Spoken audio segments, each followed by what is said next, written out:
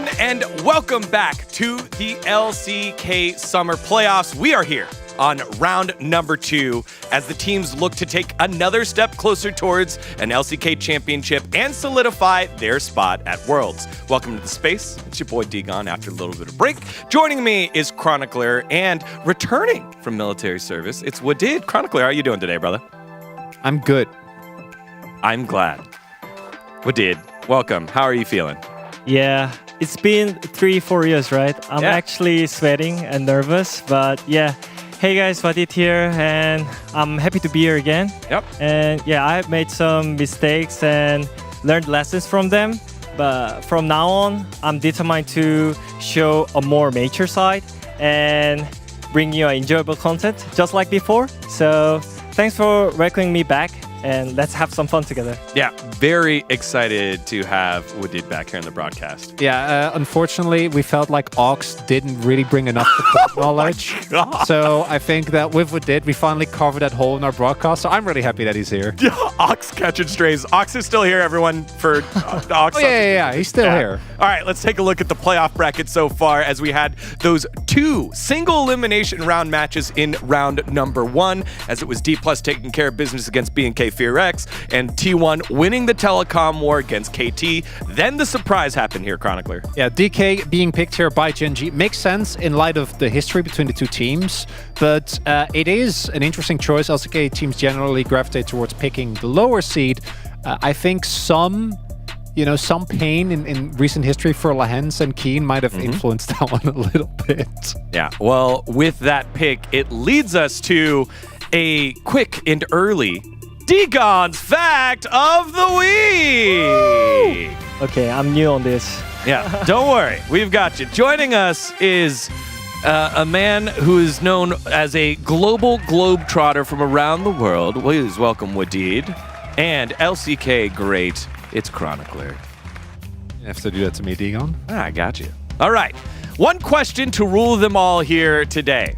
Now, since this 6-seed bracket format playoff started in 2021, how many times has an upper seed selected a lower seed, since Gen G opted to select D+ here? No, you mean that they went for a higher seed as opposed to a lower seed? Correct. They picked. Okay, yes. I'm making sure for the phrasing. I'm gonna say 4 times. 4 times did the upper seed take the lower seed, right? I don't know the total number, but it's out of 8. It's out of 8. It's out of 8. I think it should be 6 times. Okay.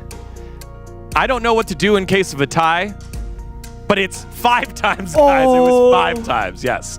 This was the 5th time a number 1 seed selected the higher seed in a matchup, generally to avoid T1, which is what happened this time. All right, so both these guys got it wrong. I'm sure you all at home got it right. Let's take a look at the playoff selection result. Here are all the times that teams have had to select their side. Again, a new thing here in the LCK since 2021. So all those other champions, you got forced into upper seed versus lower seed. Obviously perfect that the only team that has ever lost against their selection is KT. That makes sense. Yeah, I mean, I think most of the time selecting teams are stronger, so we can expect like this time around as well. Gen G is gonna be favored, but we need to see. BO5 is always random.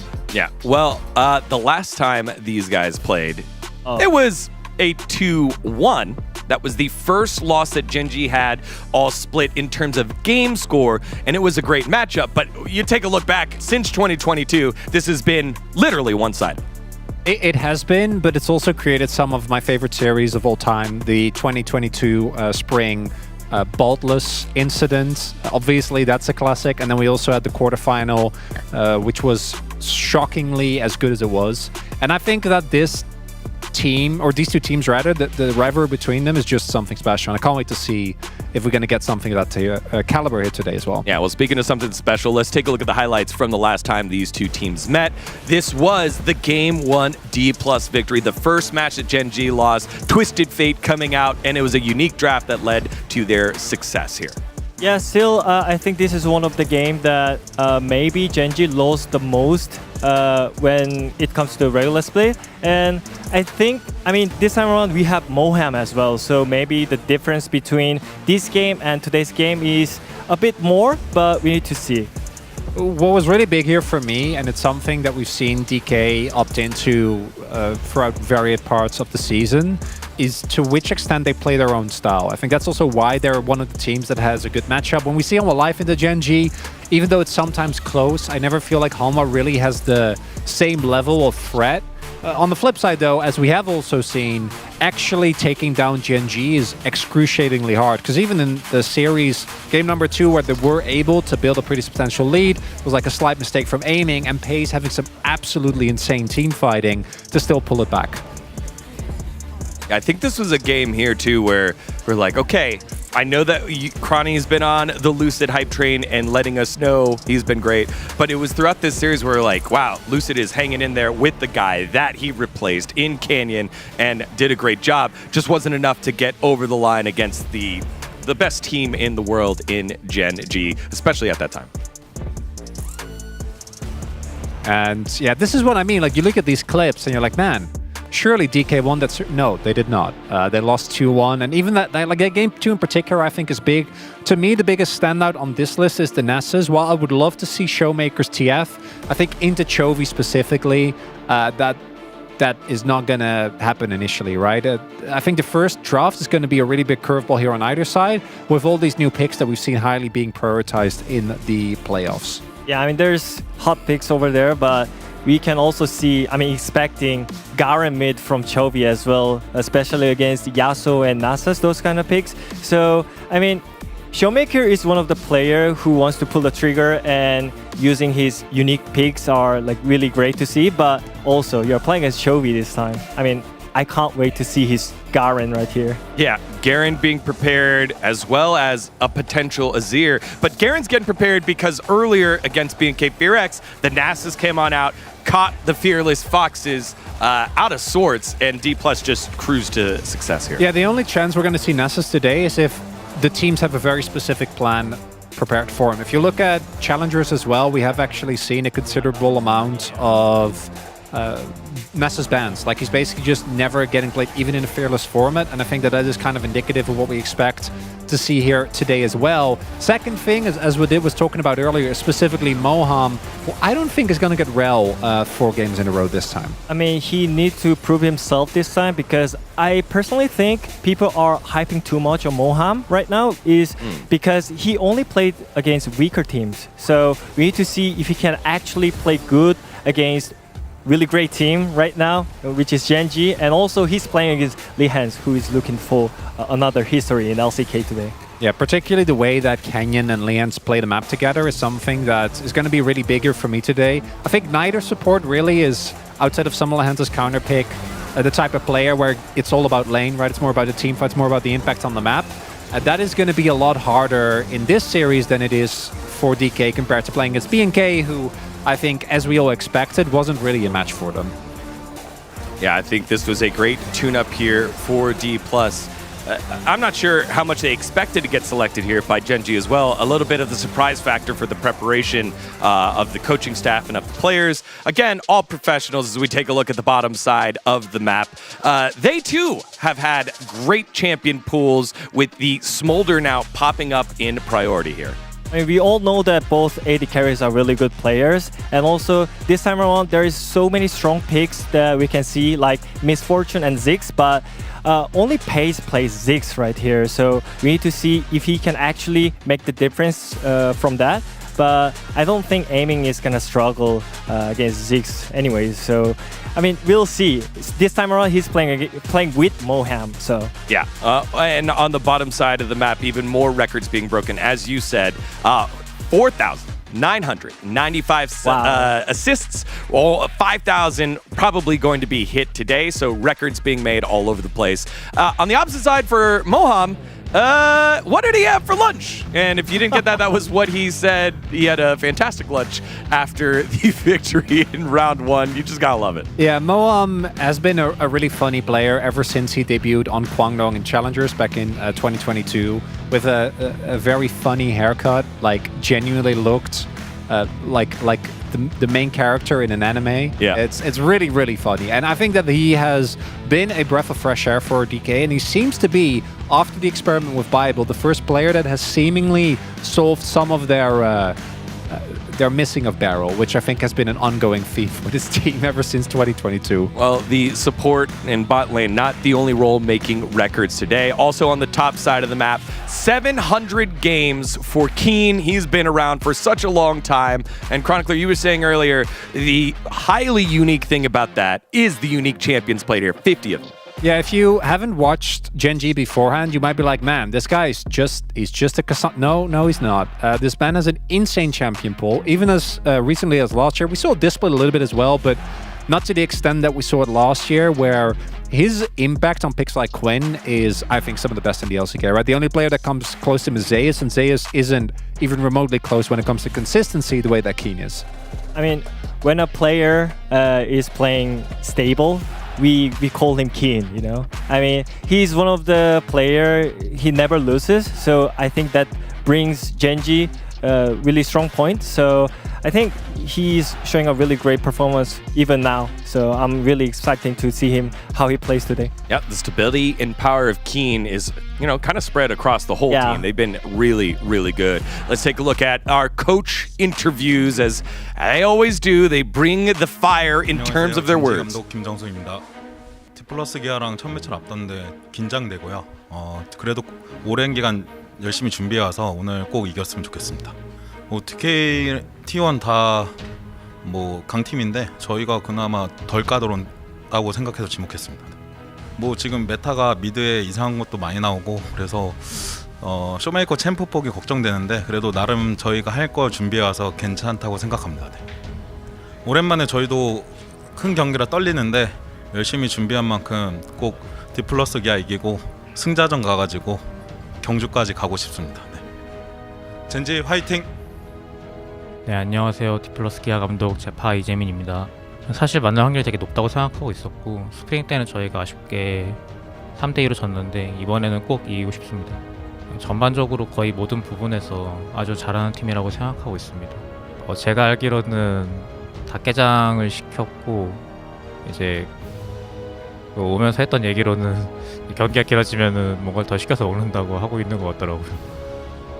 저희가 저번 스프링에서는 이제 더블 엘리미네이션에서 2패를 하면서 바로 떨어져 버렸는데 이번에는 꼭 최소한 경주까지는 가고 싶고 가능하다면 우승까지 노려보고 싶습니다.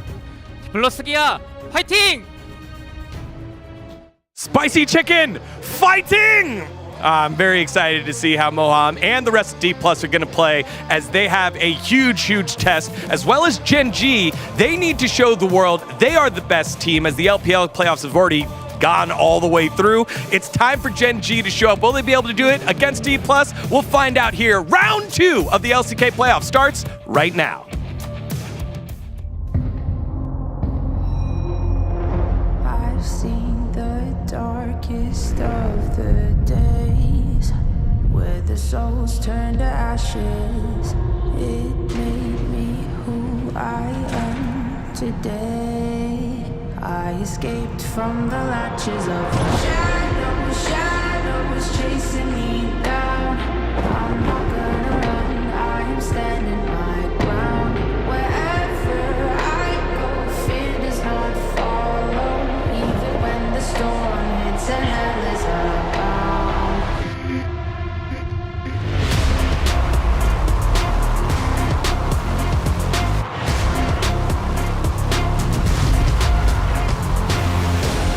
I'm never running, I'm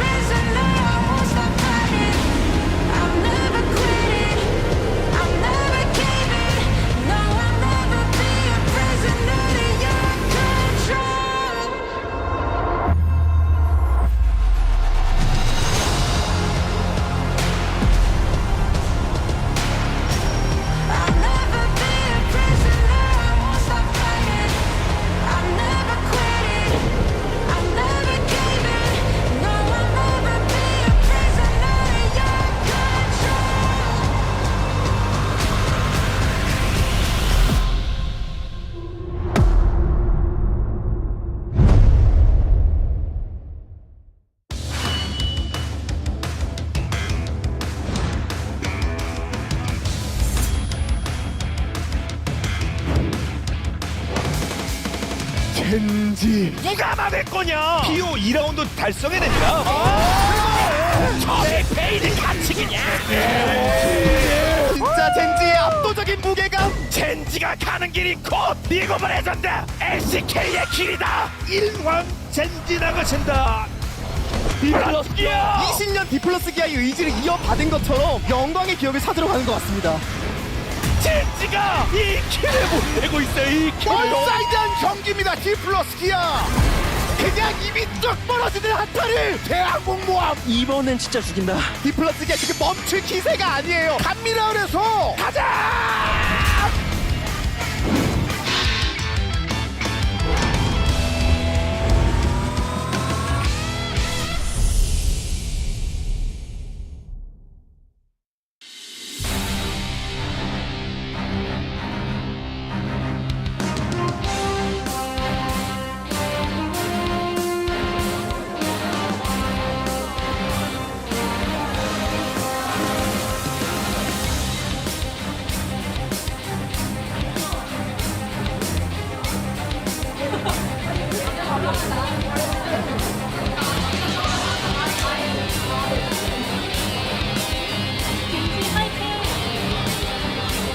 왠지 니키 싸우시고 싫어요? 파이팅! 쇼메이커 파이팅! 플러스기아 킹겐 파이팅! Hello and welcome to another day of the LCK, but a special one as we are here for the Uribank Summer Playoffs for 2024. I'm Valdez, with me is Wolf, and we're going to bring you Gen G versus D plus Kia. One best of 5. We've had a bunch of them between these two, and Gen G always seems to get the upper hand, but especially this season, Wolf, they look like the big team to take down. They certainly do. It's round 2 though, so the loser will of course have an opportunity in the lower bracket to make a big playoff run back, of course. So we've moved past round 1. It's no longer single elimination. These best of 5s though are really massive. Obviously being able to just go directly ahead up to round 3 in the winner's bracket would be massive for either of these teams. Gen G the massive favorites, as D+, they're continuing to do a northern expedition here in the playoffs.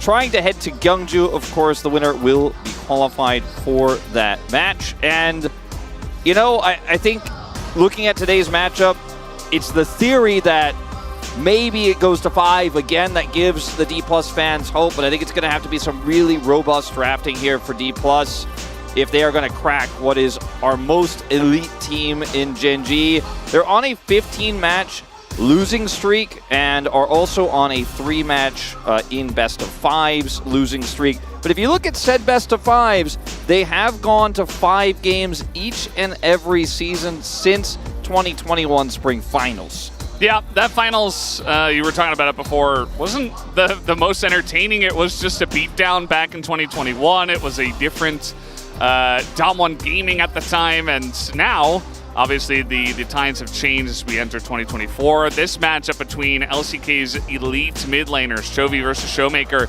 and this is a very special time for them to hit each other because they're both playing really weird stuff in the mid lane. Even Coach Kim kind of looked like he was sweating a little bit coming into this one, worried that Showmaker might bring in some even weirder things than what we've been seeing on the solo queue ladder between these two. But let's take a look at the predictions. Yeah. What do we think is going to happen? I think it is going to be a unanimous Gen G prediction.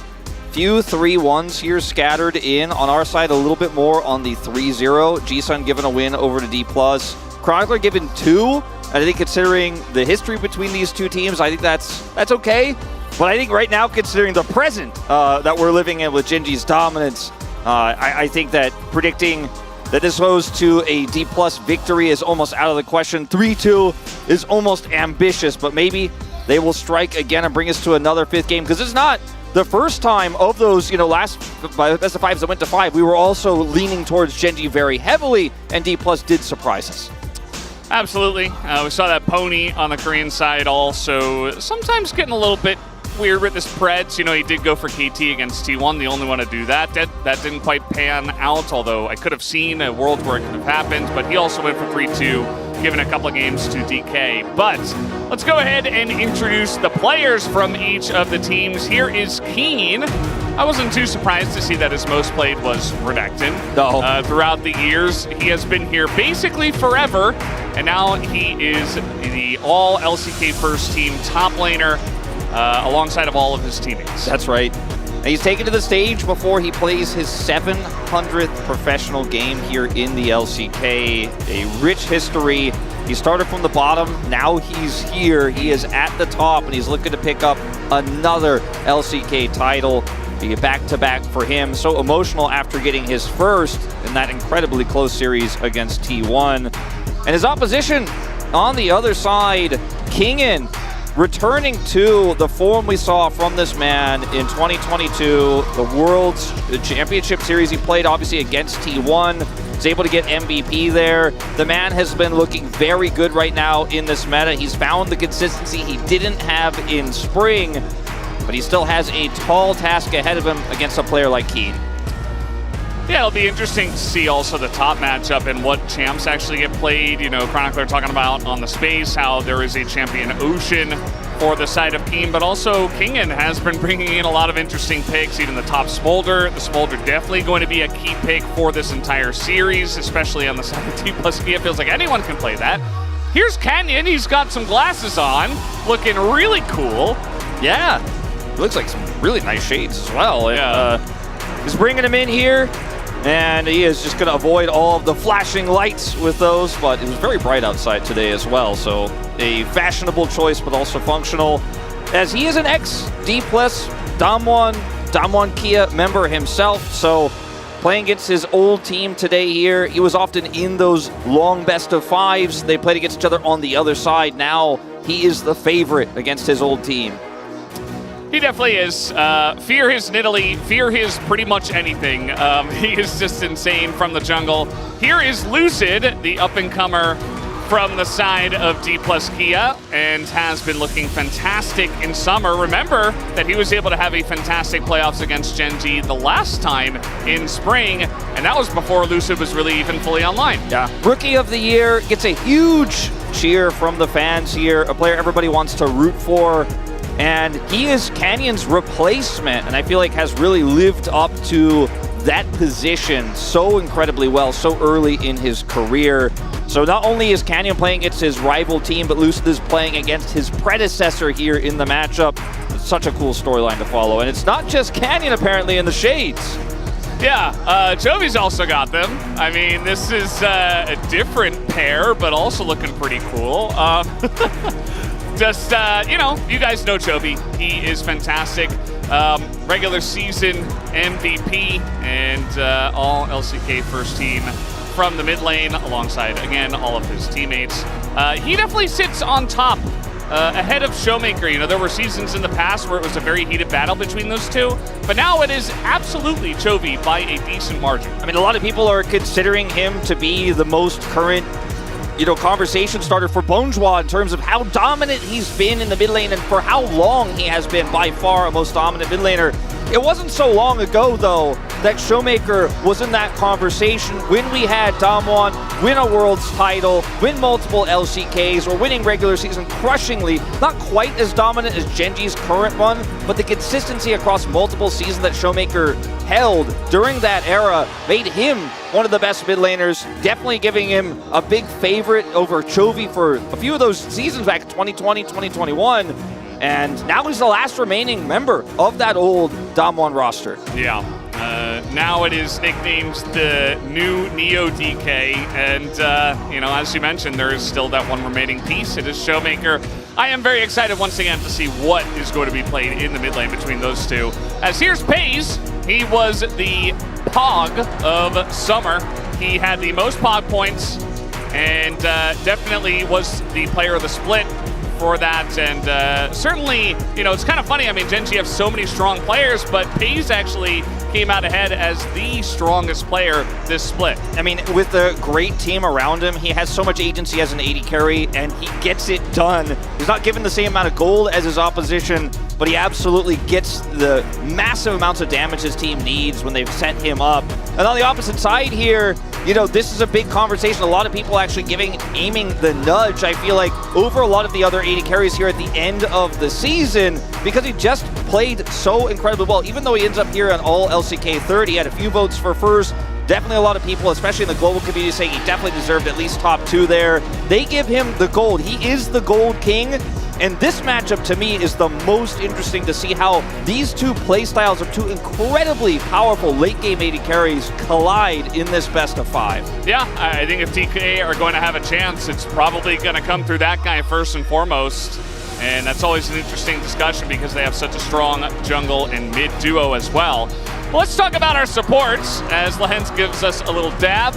Also having the shades. It was only Keen who elected not to wear those.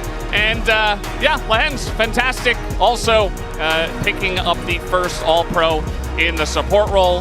He was, you know, not voted for that by everybody in the spring All-Pro, but certainly this time around he does feel incredibly consistent and is a very important part of this roster. Yeah, really helps get FaZe ahead. He's looking for 5,000 assists as well today, just 5 away, so almost guaranteed. Now this, of our 10 starting players, this is the most interesting and honestly feels like he got the loudest cheer as well. Moham coming in as such a surprise late entry here for D+ at the end of the season. They were having shot calling problems. Sure, they were still pretty dominant. They were top 3, but they wanted to be able to push into the upper echelon, to push into elites, and it's been this man who's been calming, this man who's coming in. He keeps getting away with playing Rel, and when he's on that champion right now, he might be the best one to play it right now here in the LCK.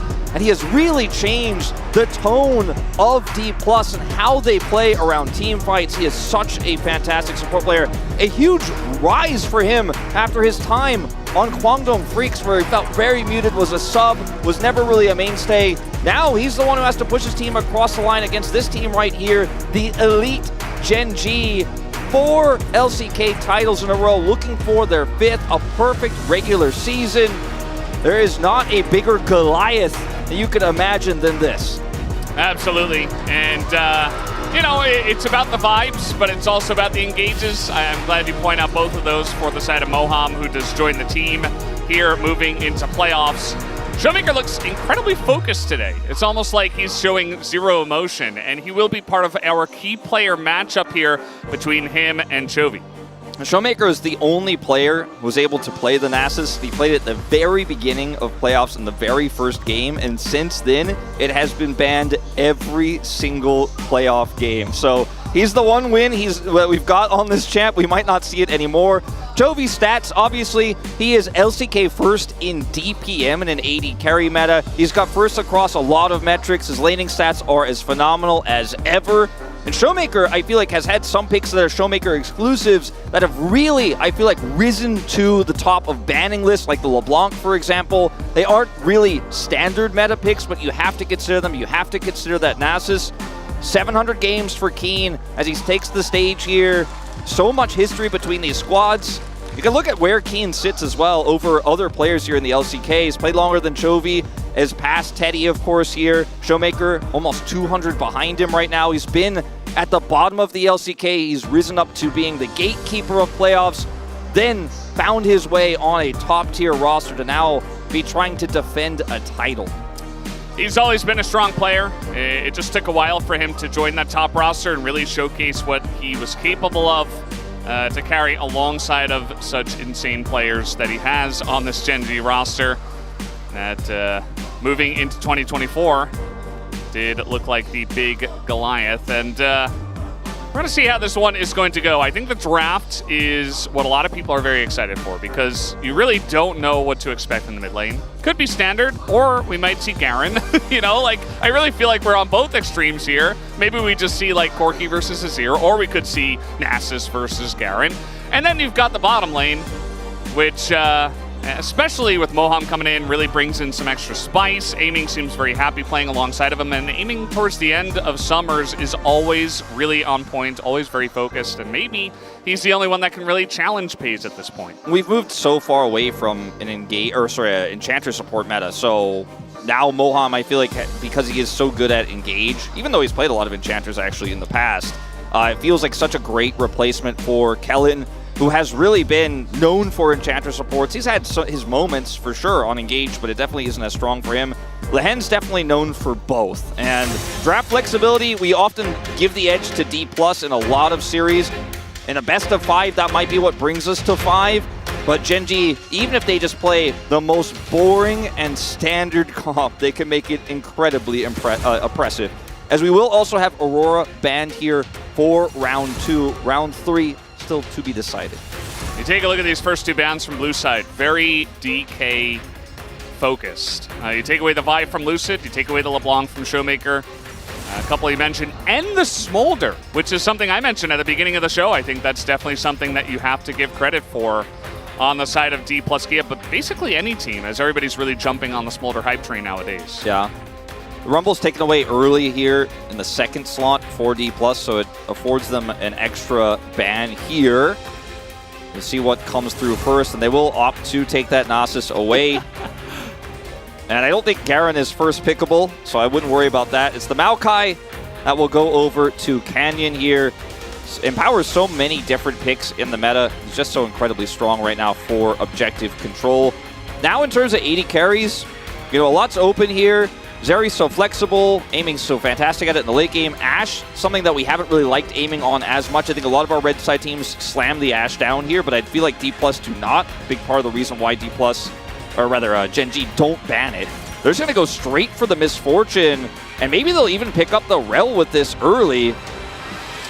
Yeah, I mean, you can't really ban it in the first rotation. Moham is on the record as saying it's not just about Rel. Like, I can play other picks. It just feels like Rel was really good in those moments. I think the Ivern is something you really have to look at. Lilia's also been a very common answer to the Maokai in the jungle, so kind of deciding between those two. And then, at the very end, just a little flash of the Lee Sin saying, hey, maybe you'll see this a little bit later on in this series. Pays has loved playing the Ziggs, and Ziggs Tristana is, yes, it feels a little bit old because Tristana has been less relevant recently, and this was more common way, way earlier in the season, but it is just so much turret destruction, so much gold gain. If you get even a little bit of an edge, Gen.G's macro is so good that they will just take those plates away, take those turrets off the map. Yeah, and you mentioned it, Wolf. Maokai is so good at enabling other picks. I feel like it is especially strong with Ziggs. And that is just an incredibly strong 1-2 from the side of Gen.G. Aurel gets blocked in here. Great combo for the bullet time.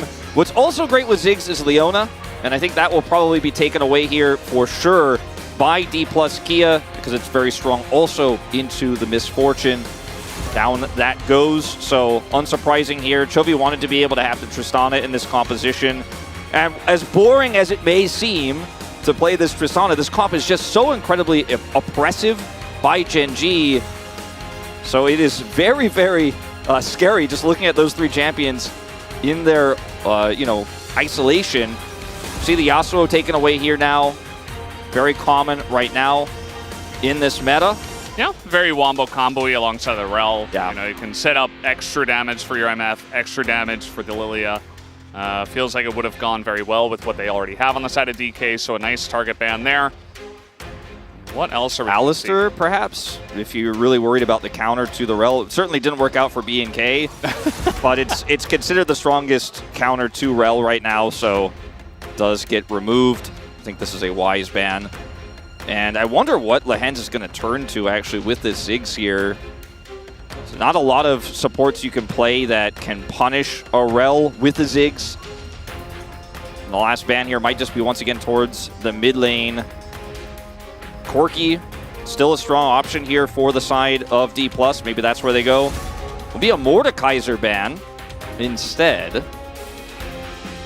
Does feel a little bit out of left field. We don't see a lot of Mordekaiser bans, but it's certainly something that is very strong at avoiding dives and also pulling, the jungler out of a team fight or an AD carry or something like a Ziggs, right? If you get Mordekaiser ulted as Ziggs, you just kind of lose and die.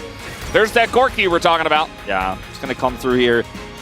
Maybe they felt comfortable into the Corki, they just wanted him to pick it. Mordekaiser feels so incredibly weak into Maokai as well, so a bit of a puzzling pick there. Can be great at stopping, turret takes though. As it will just once again be Keen Sante, it looks like, here in the top lane. So we'll give Kingen the opportunity to play something like a Gnar into this if he wants to. We'll have counter pick.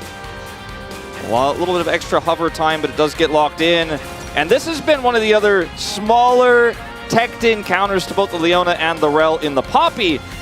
Love to see it. Now, Kingen has played a bit of Olaf in the past. We saw Zayas play this against KT Rolster to great success. Very strong when you have a lot of heals for it. This is not a Senna composition. The Senna's been completely absent from this draft. Yeah. And he's also been known to play this from time to time. I mean, it can wombo, and it can combo, and it's pretty good into Cassante. There it is. Malphite for game 1 is the choice for Kingen. And, you know, you were talking about things that aren't great into the Maokai. Well, you don't really have to worry about Maokai if you're Malphite. You just press your R button, you're unstoppable. You're unstoppable. You go straight through that Nature's Grasp and get on top of whatever target you want. But the Tristana can get away from that type of engage. Ziggs is going to be playing from far away, so it's hard to actually get on top of him and punish him. So while I do like this Malphite in terms of the lane matchup and maybe blowing up that single target, I think it's more often than not, like you were kind of alluding to, going to be a follow-up to the Rel engage, where the Rel sets you up to guarantee you get a multi-man knockup instead of that assassination Malphite ult, where we've seen that so many times onto 80 carries that are mobile, especially after Gale Force was removed. Kill that Aphelios, right, and get on top of him, knock him up, and destroy him. This is not that kind of meta, but when you have a Rel to set up, and when it's Moham's Rel, he's 7-1 on this pick since he became D+'s mainstay support. I think you can trust that those engages are going to be good. It's Kana. An XD+ player himself. Yeah. Looks like his second time ever coming down to watch the games, I believe that said there. Yeah. Since birth. Is the way he said it. But look at this comp for Gen G. Looks very comprehensive. Tons of disengage. I mean, Ziggs, Poppy, Maokai. How are you going to get onto anything? Whereas on the side of D+Kia, you know, they have some range, but they also have ways to try to get over all of that disengage. We'll see if it works out for them as we hop into the Rift for game number 1.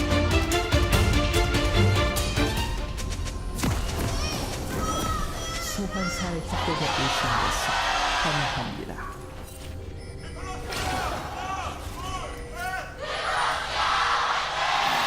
미니언 생성까지 30초 남았습니다. Game number 1 in this best of 5 between Gen G and D+Kia. There have been very big best of 5s between these two. The baldless incident, which Chronicler was talking about during our pre-show, where Atlas was like, there's no way they lose, I'll shave my head, and then they lost.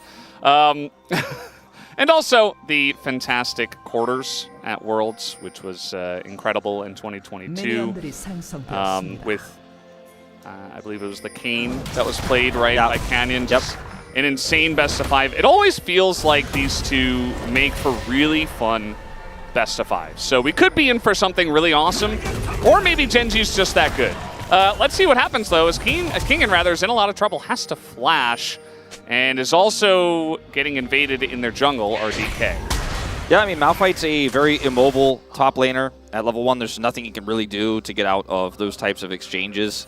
Can toss out a Q and get a slow, but ultimately when there's no cover for him and he gets caught like that, he will be in trouble. His Pays will be lane swapping as well into this top lane to avoid that really annoying matchup into the Malphite. This will send Kingen straight down to the bottom lane. Lane's going to be continuing to roam here as well as Moham because they know what's up. Yeah, and, you know, if this were a different patch where that top turret was a little bit weaker, the Ziggs would love to be alone and get some alone time, and you would feel great about this. But I would assume that eventually they do go back down there. Here's Kingen. Just saying hello, getting some XP. Support's just going mid a lot right now when we do have these types of lane swaps.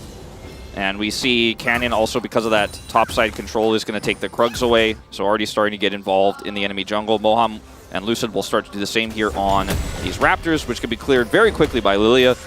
So nice target here. Should be able to take that red buff away as well, as now Canyon's gone back to his normal clear. Let's see how much damage Pays can get done, because yes, there is turret protection here for plates on the top side, but it is Ziggs, and with his passive, he is going to do a lot of extra damage. There's a huge wave as well. Just keep clearing these red side minions and then just absolutely crush that turret. I still think the bottom side will get a bit of an edge here, especially with the numbers advantage they have down there, but Pays should still be able to get a lot of value here before he goes back to the bottom lane. But advantage D+, as you alluded to. Lucid also over here taking these Krugs away now. Yeah, Lahen's just trying to get down some wards, and maybe if they let him, he can get some XP. Very doubtful that they do. Already 2 turret plates going down. Here comes the TP from the Ziggs into the bottom lane, so they don't really get too much damage done to the top side. I'd love to see if they even got a plate. Maybe they got one. There was a massive wave up there. I think they probably got one. It's covered by the Malphite right now, but I would assume, yeah. One does go down. And the Ziggs teleport's not punishable. That's one of the things that you can afford with the Ziggs is you go TP. They can't punish because there's a Poppy there. So if you try to engage, she just steadfast presences, and the turret damage at this point in the game is just so high. Lilia can't offer any additional CC, also very squishy. So it's a good timing to come down there and TP. And now that Aiming has taken that opportunity to back, we'll see if FaZe can start putting some more plate pressure down here onto the bottom side. Aiming bought a Cull as well with that back, so just cashing in on the fact that this is going to be probably a very quiet lane for him. Not going to have a ton of kill pressure here. Just wants to hit those spikes a little bit faster. Yeah. Very excited to see Chovy back on Tristana. He was really good at, well, I shouldn't say was. He is very good at canceling pretty much any CC in the game, including Poppy's ult. He can just hop out of that, apparently. He is one of our mid laners that has really said, yeah, the Tristana nerfs happened. I do not care at all. I will just play this if it makes sense every single game. And he really has bought into that and has made this champ still look incredibly busted. Yeah, and it's the macro of Gen.G that really empowers him to make those types of plays. So we'll see FaZe come over here and add some poke damage in. Lands threatening, so they will end up getting a lot of control here. Canyon looking to do this dragon potentially on start. And, I mean, they have a lot of prio, obviously. And Lilia is backing. They were able to identify that, or should be able to. They know the top side of this jungle has been cleared, or the blue side of top jungle has been cleared, so they will get away with this. This is a really nice pressure here from Gen.G. These are small things, right? They're a little bit behind on gold right now, but it's relatively negligible in the grand scheme of things. They get this first objective so quickly that now they can contest for the top side objective as well. Yeah. Ocean Drake early, always going to help out. Also feels good because now you know there's no Ocean Soul in the game. Yeah. It is Infernal up next. And I feel like the Ocean Drake mostly going to help out Keen, I feel like, in this matchup against the Malphite. Every time he gets hit by one of those wagon wheels, just walk it off, get that health back. Obviously he has a large amount of health, so will recover a lot. Lucid is on the top side of the jungle right now, trying to clear some vision, but won't be able to make a play here top side. Nothing Lahens could do about him either, but get some information here. And mid prio, kind of dead even right now. It's a faster rotation from Moham. Aiming is just sticking bottom lane. They don't know where FaZe is. They know he doesn't have a teleport, obviously, but he is walking up to contest Grubs. Yeah. And Gen.G want to get everything. They want to get both sides of this. Yeah, I mean, they got that Drake, as you mentioned, with the Grubs. So important for their comp as Lucid in a bit of trouble. He's going to have to flash this wall, but into the wall he goes, and all out it over the wall as well. The Ignite comes in, Lucid flashes for no reason, goes down, and Gen.G will get first blood, 2 Grubs, and now FaZe is up in the top lane. Yeah, FaZe is just going to push Kingen out of this lane. There's no reason for Kingen to ult into FaZe. They have to ult here now. Should be able to force it. There's the ult, but now Lahens, he doesn't have flash, but he's trying to get enraged. He's a level 3 Poppy, and he just soloed a level 6 Malphite. I mean, obviously Kingen was very low, but man, Kingen not respecting and not flashing away from that one. Yeah, I feel like could have definitely flashed earlier. Absolutely could have ulted earlier. And just wanted to hold those tools. As Chovy should be able to get out of here. Yeah. Talked about his buffers earlier.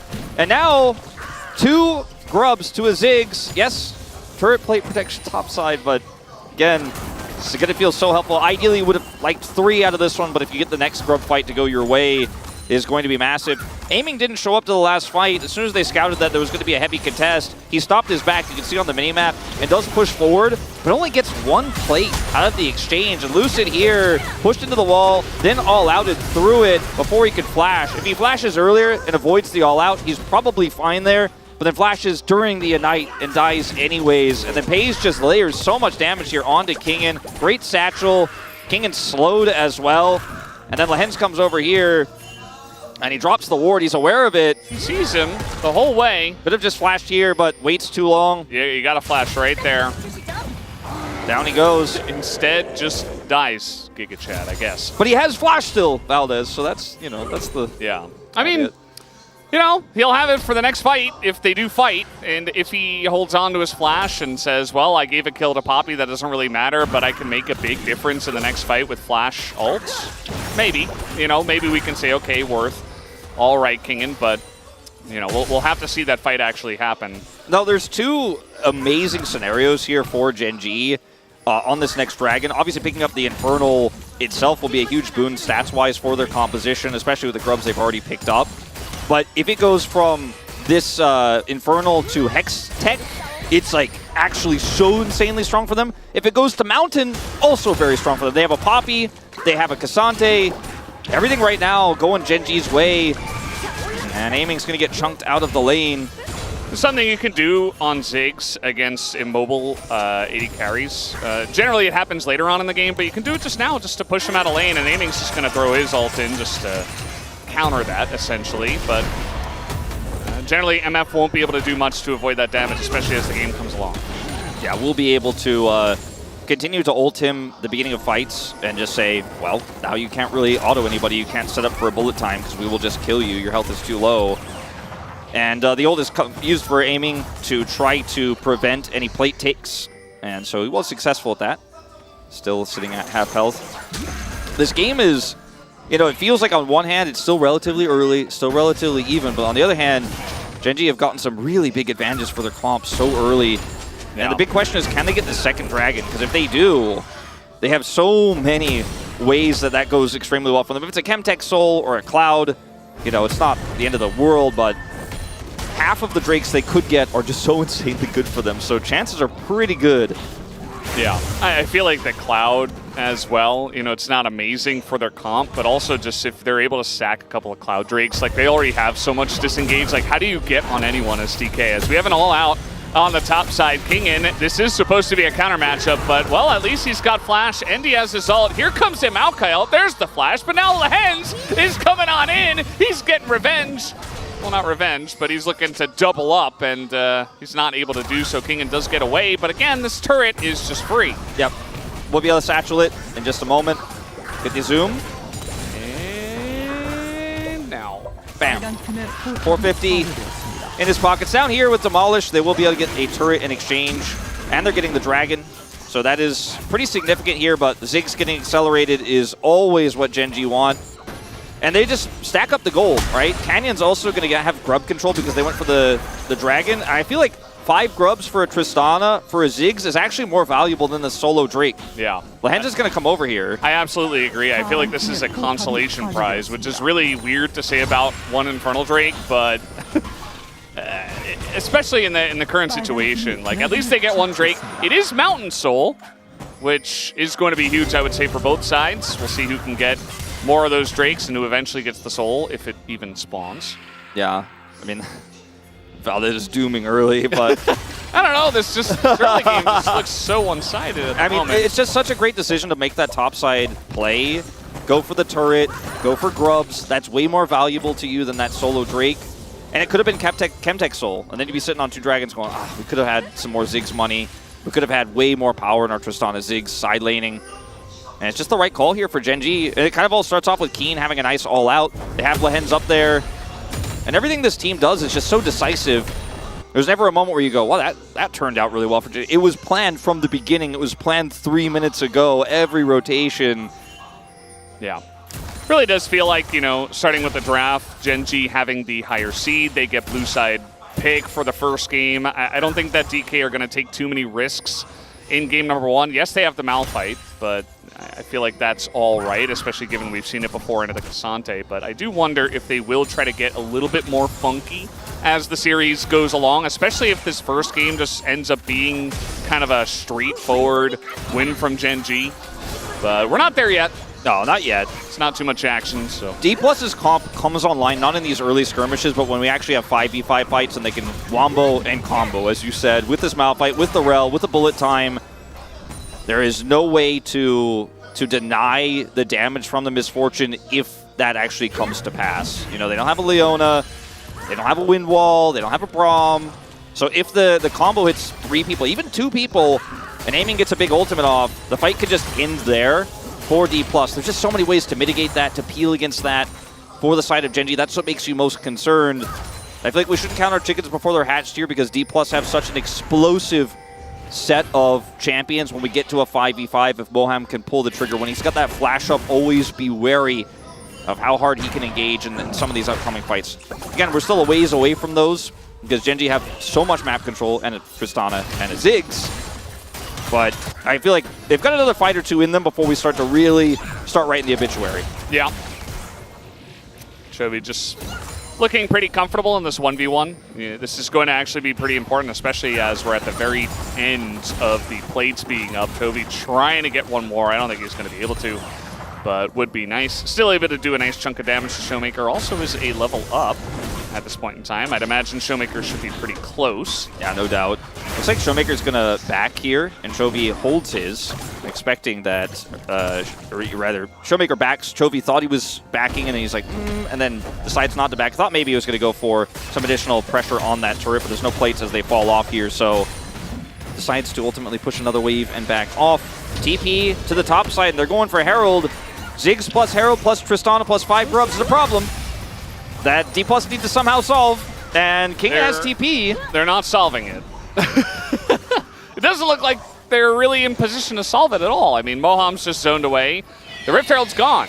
So they elect to choose option C, which is to, well, do nothing about it. None of the above. Yeah, and Gen.G will say, okay, thank you very much. We'll take that objective, and we'll use that with the Ziggs and the Tristana. I mean, consider Lehens is level 6. Moham is trying to get over there, get some information. He's pushed away. There's so many ways to warp team fights here as Gen.G. Bomb aiming with a Ziggs ult. Okay, that's probably a pretty good way to win the team fight straight away.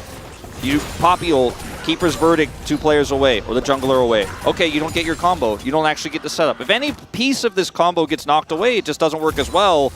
Gen.G just have this amazing comp that feels both standard but also so strong into what D+ have that D+ just don't feel like they can contest this Herald.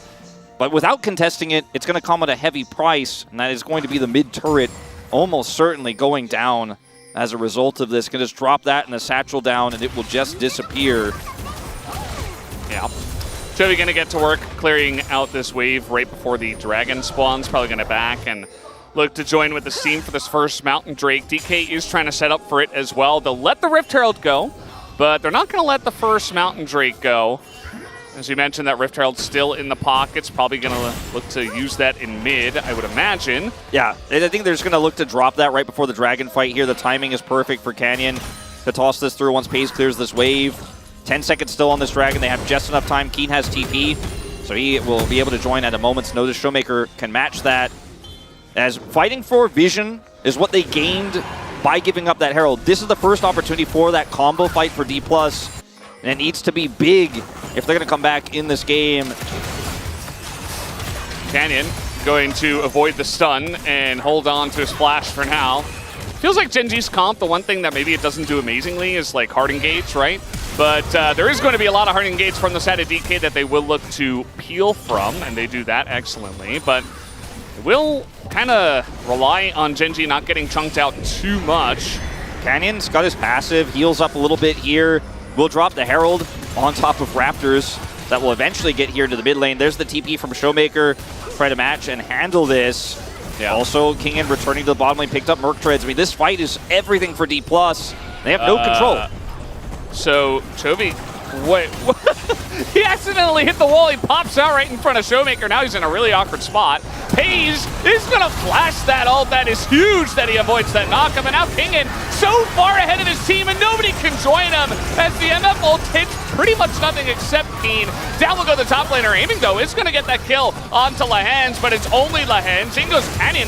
He's alone as well. And now DK are turning this fight around. Canyon super low. They want to get that kill onto him as the Phosphorus Bomb barely going to miss. And Chovy does deny the missile, but that's a one-team fight for DK and maybe a dragon. Yeah, I mean, Aiming did so much in that fight, and it was pretty split for Gen.G. Sure, Paze gets the flash, doesn't get hit by the Malphite ultimate. Malphite's fairly tanky. Lehens is caught, punished there, trying to set up the ultimate, and then Chovy also not able to maximize value here as Paze may look for a steal. pretty hard to do so. I mean, as Ziggs, we'll see. He doesn't have his ult, so that's if he had his ult, maybe. But yeah, it's not gonna happen. Yeah, but I mean, it's a pretty clean fight here for D+. You know, at the outset, Canyon, right, he got healed back up. This is a fantastic flash from Hayes. And then, yeah, Kingen is getting mauled.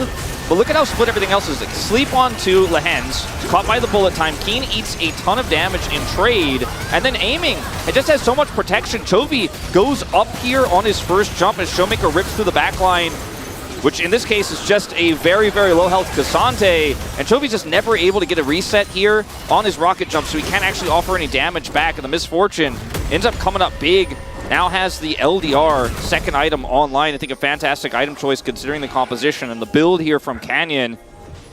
And, you know, Misfortune, we consider her to be kind of just an ult button a lot of the time in team fights, but with double ups and with her passive, you hit multiple targets, you actually do a lot of damage. Yeah. Yeah, absolutely do. That fight was very close. DK did come out ahead. They got that first dragon. It does look like Gen.G, though, continuing with the pressure. They get that mid-tier 1. Keen also getting to work on the bot tier 1. So they're going to have all tier 1 turrets taken down early on. The 5 grubs really helping out with that and their composition, which we've mentioned many times. And so Gen.G will maintain a gold lead, but could mean good things, especially for DK, if, you know, maybe they can gain some confidence. They say, hey, we can fight into this. There are ways to deal with this. I mean, the fact that they won a team fight like that they dictated the pace of, you know, pushing Canyon down to low health, splitting Chovy off. I mean, Chovy kind of split himself off with some of that Rift Arrow play we saw there, but he wasn't able to make the impact he would normally have on Tristan in that moment. Gives you hope that even without that perfect wombo combo, it's still winnable. Even when the Ziggs flashes your Malphite engage and Kingen is basically worthless in turn, he's just a damage sponge, you can still win that team fight. Makes you feel like, it gives you confidence that this D+ comp can win even when the ideal conditions are not met. And if they are met, you know, maybe there's a real fighting chance for them in this game, because the gold lead is only sub 2,000 here. And that Corki hasn't hit the 2-item spike just yet, stacking that tier right now. Chovy, on the other hand, has his Flicker Blade online. Ziggs sitting on the Seraphs right now, which I know might make a few people unhappy, but does also tech in the Oblivion Orb. I think it makes sense into this comp. There's just so much wombo combo. If you get caught by that, you want that extra shield, but King is just going to ult away, and now this Maokai ultimate getting huge value. Moham trying to crash down away from the team, but here comes Chovy and the rest of them. Gen.G on the chase, and with the Cassante leading the charge, they don't really have a way to get away. Canyon gonna lock down a kill. Lucid super low, as he's gonna get assassinated by a Cassante as well. And so it is a 2-for-1. Canyon will go down, as he did go slightly too far forward, eats a bullet time to the face. Went a lot better, I think, for D+ than I expected after they did overextend there to try to push onto that turret. No success found there. It's not even low at all, so a bit overzealous to try to look for that one. And it's just Maokai saying, I ult you, you're all not going to get out of here. And I mean, look at this turret, it's at full health. There's hard committing here. Because they have the siege of this Malphite, I guess they thought, okay, we can engage on them if they try to defend, but instead it's just a Maokai ult, which forces Malphite to ult in return. Boom! I think for a half second was like, do I actually re-engage on this team? Like, they're on top of me, I'm fairly tanky. Maybe I get a Magnet Storm into bullet time combo. Does not do it, but it's actually Lucius who sets up the sleep here, and then the Maokai of Canyon goes down, so they trade one back in that retreat. Still a huge win for Gen.G though, and no damage really done to the turret, but yeah, it was just a decision that I can't really fully understand from D+. Wanted to just not sit back and be passive in this moment between objectives, but really just got hard punished. Yeah. So now we're looking at a second Mountain Drake fight on the cards here, but again, that early damage done to all the structures just gives Gen.G so much map control, especially in the mid lane, which is the most important lane around this dragon, oftentimes in pro. And they've still got the Ziggs, which is fantastic at pushing, so they just leave Pays there, they push that in, and they look to get presence around the dragon. So will be a bit more difficult for DK, I'd say, to enter into this area of the map this time around. Oh, absolutely. And this is where it gets hard to set up those engages when you don't have vision, when the hens could just shove you into a wall or ult you out of the fight if you don't know where he is, when they have that banana brush control. I want to say almost that I feel like D+ have to give this up. because they just don't have any setup right now, nor do they have vision. Like, look at where Keen is coming from on flank. Moham, he doesn't know. He's getting engaged on, and now it is a rel, so it looks like Gen G are not going to overcommit to that. Fears of a counter-engage, but a bit of damage done to Moham already, as they do look to set up here. You see the vision around the Dragon is pretty much non-existent. There's no flank wards, nothing for Kingin. And if they see the Malphite just running straight at them, they know how to deal with that. So yeah, DK just not really going to be able to get in on this Dragon. So that first one, the first Mountain Drake will go over towards Gen G. Look at Canyon's positioning. Yeah, he's got a very nice angle on this one. He is going to throw in the ult. They try to get on top of Toby, who is not quite able to buffer that one. The sleeve coming down, and Moham's totally going to miss on the left side, though. Down, though, will go Toby. It is a trade that DK will enjoy. And now they're just looking for Canyon, who is also just kind of on the run, doesn't have a way to get out of this one. Is able to slow up a couple of guys, actually, with saplings, and is incredibly fast. So he's just going to run away from them. He's phase rush Maokai, so we'll be able to get out of there pretty quickly. Yeah, definitely could have been a lot worse there for D+. Canyon was set up for the ultimate there, but they did not expect that turn onto Chovy from Kingin.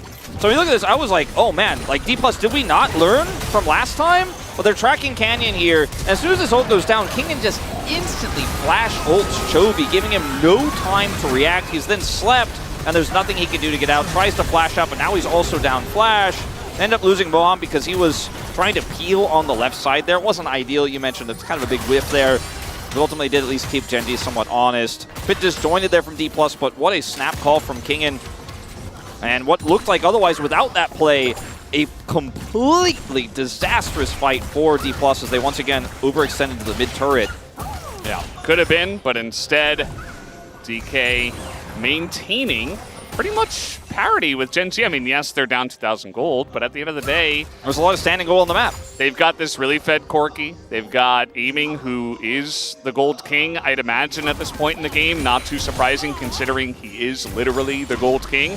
And, I mean, they've got a couple of carries, and they have fantastic setup for them. So at the end of the day, if Gen G don't have the perfect setup, there's still a lot of ways for DK to win these fights, as they have showcased.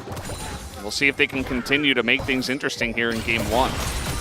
Yeah, I mean, I absolutely think this game is 100% winnable for them. They still haven't even had that good combo. I think the biggest challenge is getting map control, getting vision control. They need to win some sort of trade up, not just a 1-for-2 or a 1-for-1 or some exit kills on a dragon. They need to win one decisive fight that lets them go get deep vision into the jungle. Then their comp can be both strong in setting up combos, but also oppressive. And that's why they've committed so heavily to this mid-turret, because theirs is down. And now TP coming through. And there's a flank, and they're just kind of being squashed, aiming in a very awkward spot. As nice ult from Moham just to collapse this fight. But now the Ziggs ult comes in on top of Aiming. He's just on the run. Kingin also has to ult away. Meanwhile, Moham's just dead once again on the left side, trying to just peel for the team. And he does that, but he also dies. Yeah, 3 for 3 on D+, trying to get the mid-turret and getting punished. At least the second time they were able to turn it into a successful turn with Kingin, but this time no such luck. They want that mid-turret down so desperately because that can allow them to set up for some aggressive picks, but now TP coming through from Keen, and they are starting up this Baron. Lucid has Flash, but I mean, this is looking pretty desperate. Remember, Kingin doesn't have Flash, doesn't have ult. They just don't have any setup. No Malphite ults, no Flash, no Rel is the biggest one, and it's just free for the side of Gen G. Like, yeah, maybe Lucid could have tried to flip it, but that's really risky. And so it's just Gen G. They get one pick into a Baron. And once again, as you mentioned, just a bit of an overextension here from DK in mid lane. Yeah, I mean, look, Aiming is the target. He has a really nice flash here after the stun, and the sleep will heal for him. Lucid's actually had some really nice sleeps in these retreating fights, and they're also able to ult to the Blast Cone, get both Aiming and Kingin out. But without the Rel, that's Baron, because like you said, there's no engage. There's no real vision there. Lucid can't get in there. He doesn't have ult anymore. And I mean, D+, it's just without that mid-turret, they feel priced into forcing it, because without it, they can't play the game. They can't play the vision war. But now they have Baron against them, so guess what? I don't think you're ever getting it back. And maybe your prediction about not going to Soul could come true if Gen G win one more decisive fight. I mean, the push power they had in the early mid-game, and then the 5 grubs coming through was definitely strong. You add Baron on top of that, and these turrets are just not long for this world. Yeah, I feel like a big theme in what we've been saying throughout this game has been a lot about control, and it felt like a couple of fights where Gen G were kind of a little bit wishy-washy. DK found some angles, but the second that they kind of clamped down, got a little bit cleaner, DK just feels like they don't really have an angle. And it's not a huge amount of action. It's not any crazy, you know, back and forth ace big team fights, but it's still Gen G with a very solid lead. If it didn't work the first 3 times, teleport mid, maybe get that mid turret. There is a Baron buff on the side of Gen G. That'll make things pretty difficult. Yeah, they're just trying to clear this wave and try to contest the dragon, but I mean, Chovy's playing Tristana, so he could solo that. He doesn't care. He will have some teammates come over now, but even if they needed to come defend the turret, he would just be able to sit over here, take this one down. Doesn't have teleport, but there's just nothing that DPS could do to punish because Baron buff is up. Takes way more resources for them to clear said mid-wave than it does for Gen G to keep pushing it and maintain that prio. So the teleport ends up being a big whiff here for Kingen. Doesn't get anything done with it. They've slowed this Baron. It's sub 2,000 on the power play right now, but I think a lot of that's because they killed so many of the turrets earlier, to be honest with you, Valdez. I love the zoom in here on the mid-tier 1. I'm sure on the Korean side they're also talking about this. FaZe has just stood here the entire game. You look at the ward, the vision score here for Lehens. He's at the top, hits 100 right now. It's the vision that I think the Korean casters are talking about as well, that D+ doesn't have and hasn't had this whole game, and that's why they're like, keep fighting for that mid turret. At least this time they don't get punished, they don't commit, but they don't get the dragon either. And this Kasate is already stacked 2. It's tank Maokai. Yeah. They are on par right now. I mean, they're looking like if this game doesn't end in the next 4 minutes, that the soul is going to be theirs, because what can D+ do to try to set up a fight here? It's not like Moham has teleport, you know? He can't be where he wants to be without vision. Yeah. It's also really fun to watch Gen G that even from this lead, they're showing an immense amount of respect. I mean, they are going to throw in an ult here just to try to drop some siege damage in. I mean, take a look at the health bars. Lucid and Showmaker very low, but DK do clear the wave. So feels like Gen G, they really wanted to get the turret. They're not going to get it then, but they're going to get it now. So, yeah, you stepped up, you cleared the wave, you stopped it for one wave, but you didn't stop it for the next one. I mean, it's just so easy to commit ults and grab a turret. That's what Maokai does. Ziggs with Satchel, that's what he does, but he also ults them away so they can't have that magical, miracle, wombo combo. They're all half health, and you can't even look for it. You can't even play that game. And yeah, Ziggs ult is down, Maokai ult is down, but you don't need to peel when you have that much of a control over the turret and everyone's at half health, so you engage just a fool's errand as D+, sadly. IE is done for aiming, picked up a pickaxe as well, and he's very strong at this stage in the game if set up for success. But in 31 minutes of gameplay here, we have not once seen a combo from D+ because they have had literally no control whatsoever. Yeah. I said it like, what was it, 20 minutes ago, 15 minutes ago? I was like, well, we haven't seen the real combo yet. Wait for it, because this combo we can still work. haven't, Wolf. Yeah. We still haven't It's seen just the combo. not happening. I just don't know if it is going to happen. It looks very unlikely because that, 1,700 gold lead has now turned into a 5,400 gold lead. Yeah. We've been talking about Maokai a lot in recent times. I really feel like that should have been bad on the red side. I think DK are going to have better luck from the blue side where they have Maokai pressure, right? Where they could potentially force the ban out. There's so many weird things in the mid lane that we even get the Nasus ban from the red side, really just clogging things up, and it really does feel like it's kind of weird. It's been a very safe game from Gen G, but maybe Canyon is the POG if we had to choose. Like, he pressed ult. Yeah, so I zones, mean, that's it. He played Maokai. I feel like it's between him and Lehens. And maybe Keen could get a shout out because he had some really fantastic ults and some good plays. Set up a lot of the stuff that happened on the top side.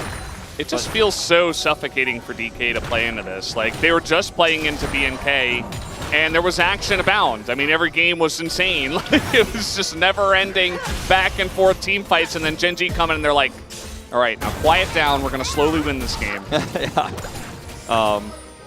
Silent but deadly. I mean, like, the turrets just disappear into this comp, and 4 items for Chovy, including the scimitar he put together out of a QSS he hasn't needed. But it's a very strong item into D+'s comp, because he knows the one way they lose the game is that chain CC. It happened to him once. Kingen flash ulted him, he got caught once. He's like, that will not happen again. No more sleeps on me. No more sleeps. It's very defensive itemization as well from Gen G. They have the comp to deal with the pressure, but now they also have the items to deal with it as well. You know, you talked about the Seraphs, and now he's going Banshees as well with the Verdant Barrier for the Ziggs, the Crypt Bloom to help out in team fights. Here comes Chovy jumping into the enemy team.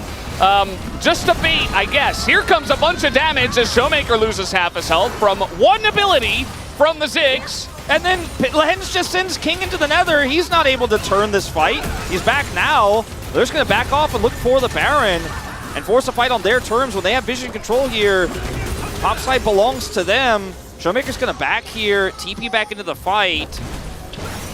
Yeah, somebody's got to face check this. There's not a lot of vision around it. Moham trying to get in. Canyon and Chovy just trying to two-man Baron, but they will respect, and they will back away for now. This is the most risky Gen G has played, I feel, this game right now, right here. But Keen is just blocking Moham's engage. See Jonah Strong, he's like zooming in on every bomb because that's really what this game has turned into. It's like poke simulator for Pays, and Keen looking for angles while DK try to set up for some kind of wombo combo. Yeah, they're so well split. Look at Gen G's positioning. You can't hit multiple members with the Magnet Storm here. Moam is trying. He's fishing, man. Yeah. It's not his day. He might come home empty-handed. I really feel bad for Moham. I don't even blame him at all. Like, he's trying so hard. But look at the angle. They're all so well split. They're so respectful. And Chovy's just like, all right, now I've got enough cryo to solo the dragon. Here we go again. And DK, it looks like they don't really have pressure to go for a Baron, so they got to try to fight for this dragon. Chovy will respect it, will back away, but now team fight kind of brewing around the mid lane. Kingen getting a bit low. Keen trying to frontline. Here comes the Nature's Grasp, and now Kingen just so far away. The three-man knockup, and now the Rel comes over the top, takes down one, and Keen is in the backline, but he might go down, but not before taking down aiming, and that is the main character on the side of DK. Showmaker still existing, but can he do enough damage alone? The answer is no, as Pays and Chovy, the two carries, charge through and finish off the team fight. I feel like if the gold was a little bit closer, that might have been what gives D+ a huge tip of the scales, a huge win. But unfortunately, even with barely Kingen getting off that combo there with Moham, looked like he might not have been able to utilize it. Once he got caught in that route, he's still able to make it happen. There's just not enough follow-up. There's not enough damage, and there's just too many threats. If you watch how this plays out, look at where Keen is right now in this fight when the ult comes through. Kingen gets rooted, still wants to save his ult for the fight. Boom, triple here into the Magnet Storm. It's massive, but look who's alive. Look who's full health. The carries. And now all your engage is gone, and the enemy DPS is dead. Yeah, the Ziggs bomb, I was looking at that actually, and Aiming's got a big BT shield. He seems pretty safe. Lines up a huge bullet time over the top of the Magnet Storm. And it just doesn't matter because he gets bombed to death. Yep. And then gets jumped on, all outed. Like, you know, he had his moments and he played it really well alongside of Moham, but it just eventually did not matter. And that's a second Baron going over to the side of Gen G alongside of the Mountain Soul, which happened after the end of that team fight. Obviously, Gen G picked that up. And, well, now they've got even more shields. Like, Banshee's Veil, Seraphs, GA, Shields, Mercurial Scimitar, Maokai, Mountain Soul, Cassante, Locket. It's just, good luck killing these guys. It's just so unfun to play into. No, you can't do anything. That was the one combo D+ got. And it looked great. Enough. It was awesome. I thought maybe they had finally found their angle. It was maybe going to be the DK redemption arc in this game one. Instead, well, Gen G got everything. Now we have a hugely deep TP, very far away from the team fight. He's going to have to run for about 17 minutes. Let's see if he can catch one of these carries. He is going to find Chovy, who does try to buffer it and does fail, but guess what? Maokai pressed R, and nobody can join. Kingen's alone, and he is now dead.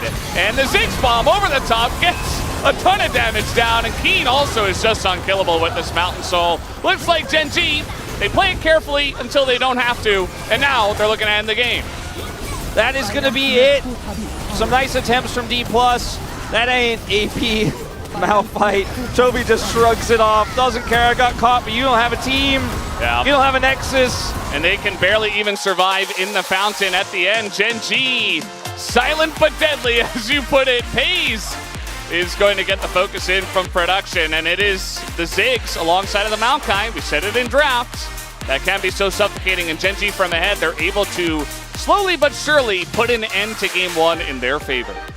That's the kind of play that reminds me of some of the elite seasons of Gen G we had in the past, 2021 Gen G, 2022 Gen G, where it's just slow, it's oppressive, it's not the most exciting game, but you're like, wow, look at the macro, look at how much vision control they have, look at how little this incredibly strong team comp that has a lot of synergy can do. It's very Korean League of Legends. Yeah, no, it's old school Korean League of Legends, because these days it's not always like this here in Korea. Sometimes we have some very aggressive dives. We have, you know, a focus on a single lane, destroy said player. This was just Gen G destroying the turrets, destroying the map, and destroying all sight. Such a great game from them in this first one. Yeah, very straightforward, and very certainly going to be that first big win on the board for Gen G. We'll see what happens in game two, but first, guys, we'll take a quick break and have the space to break down that first one. We'll be right back.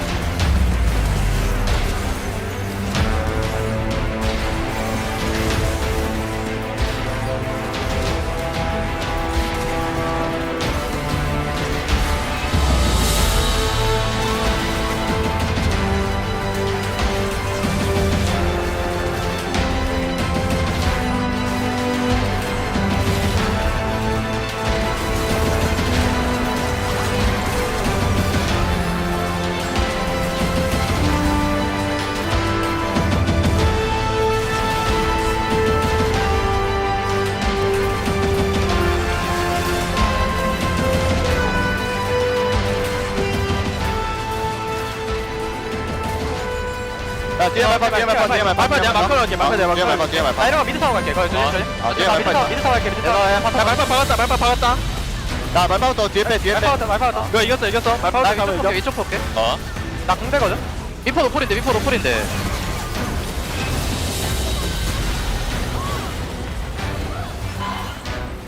버텀 라인 쓰면 될 듯.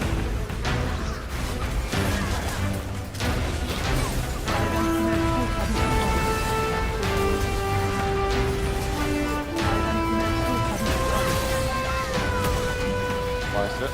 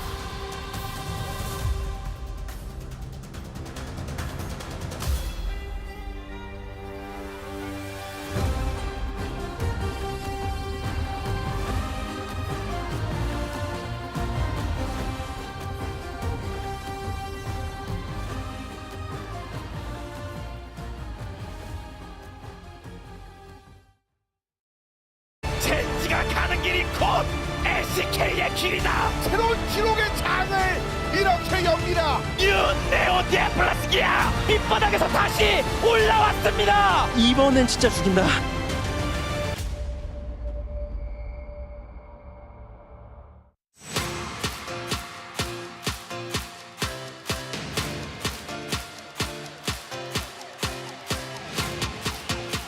The new Neo D plus Kia came in with dreams of finding success here in game number 1, but Gen.G had it under control. You saw it in their walking intros with the sunglasses. They just had to deal with it, and they did. Game number 1 heading on over to Gen.G. It's your boy Digon here alongside Chronicler, Dr. Wadid. Guys, that was a very comprehensive and, as Wolf put it, old school LCK kind of win here. A coward's victory is what I'm joking. That was insanely clean League of Legends. And you can only imagine the frustration as you end up with what is an amazing teamfight draft, right? Like, look at these 5 champions on DK's side, right? You have the Lilia combined with the MF. That alone is enough, but you have Rel on top of that. You have Malphite. You're like, man, if we get to 5v5 with it, the scope is so good. That is true, but the difference between Gen.G's draft and DK is that Gen.G has the option, because Trees and Kashante can actually go on the side and look for the map rotation, but I don't think you can actually go on side and using the map wide with the Malphite and Corki, so I think that was the difference between those drafts. Getting stretched out across the lanes and disengage button with Maokai. Let's take a look at some of the highlights here, because early on, Chronicler, you get to see how one small mistake, losing Flash early, then led to a snowball effect for the top side of the map. Yeah, and the main thing we want to highlight is that if you, again, and this is going to be a recurring theme, DK didn't really get to play the game that much, and that is something that Gen.G does so well, and why it was so hard for DK, because you saw Moam was looking, you saw King was looking, but they were behind right from the get-go thanks to this lane swap. Yeah, because they had the MF and Rel and Malphite on the side lanes, so they had to win the early levels, but because of the Gen.G lane swap, all the plans are kind of screwed up, and also they had the TP advantage on Jinx as well, so all the tempos were on Gen.G, and that actually lead to the first cross fight as well. So what this means is that from this point on, like, Pace is just going to be able to slow push this wave back in. So you don't actually get to use a lot of the laning power that MF has available. And it also means that Pace can just move around the map freely, right? So they crash this wave. They already are able to get the dragon, which in of itself is a big win. But because Pace is still staying with the wave, they're able to push this one out as well. Moam can't really threaten reliably. And then getting Drake alone is good. But then this also goes into the next setup, which is the grub fight, where Pace, because again, he has the shove, can just make his way over. Yeah, that's why the lane swap was really impactful. I mean, if you just play the lane normally, I don't think Jinx could have the prior against the MF and Rel. But, I mean, all the sequences that Gen.G had was just so perfect. And top of that, Kingen was off point as well. Yeah, Kingen unfortunately goes for the shove out here, doesn't think that Gen.G is going to push as hard as they will, and then this is basically the point in the game where Gen.G further solidified the control that they got in the first couple of minutes with that swap, because not only do they kill Lucid, get the 2 grubs, but also Kingen is going to be behind from this point onward, because he misses out on a lot of CS, he has the ult defensively, and then now you're just playing Gen.G's game, and we already know that that's not going to work. Yeah, and you saw at the top there, the gold lead wasn't massive at anything. It was basically equal, but the tempo was constantly putting D+ on the back foot, Gen.G ahead, and they took those small leads and turned it into a bigger one. Then we have the big team fight here at 26 minutes, 6-4, then it leads to Nash. I mean, they still had the chance, but the way how Gen.G approaches to the team fight was just way too clean. Moham needed to use his ultimate and engage tool to only defend their team, which is not great as on Rel, and also Gen.G is just having great time. And from this, like, I just again want to reiterate, Jonas Stroke showed as well. Gen.G lost 1 turret. Like, the mid lane turret is still standing at 26 minutes, right? As we get the zoom out there. Like, you have so much additional map control, you have so much additional gold, and then there is just no way for Lucid to ever approach here. Like, not only do they don't have vision, but there's a K'Sante on the enemy team.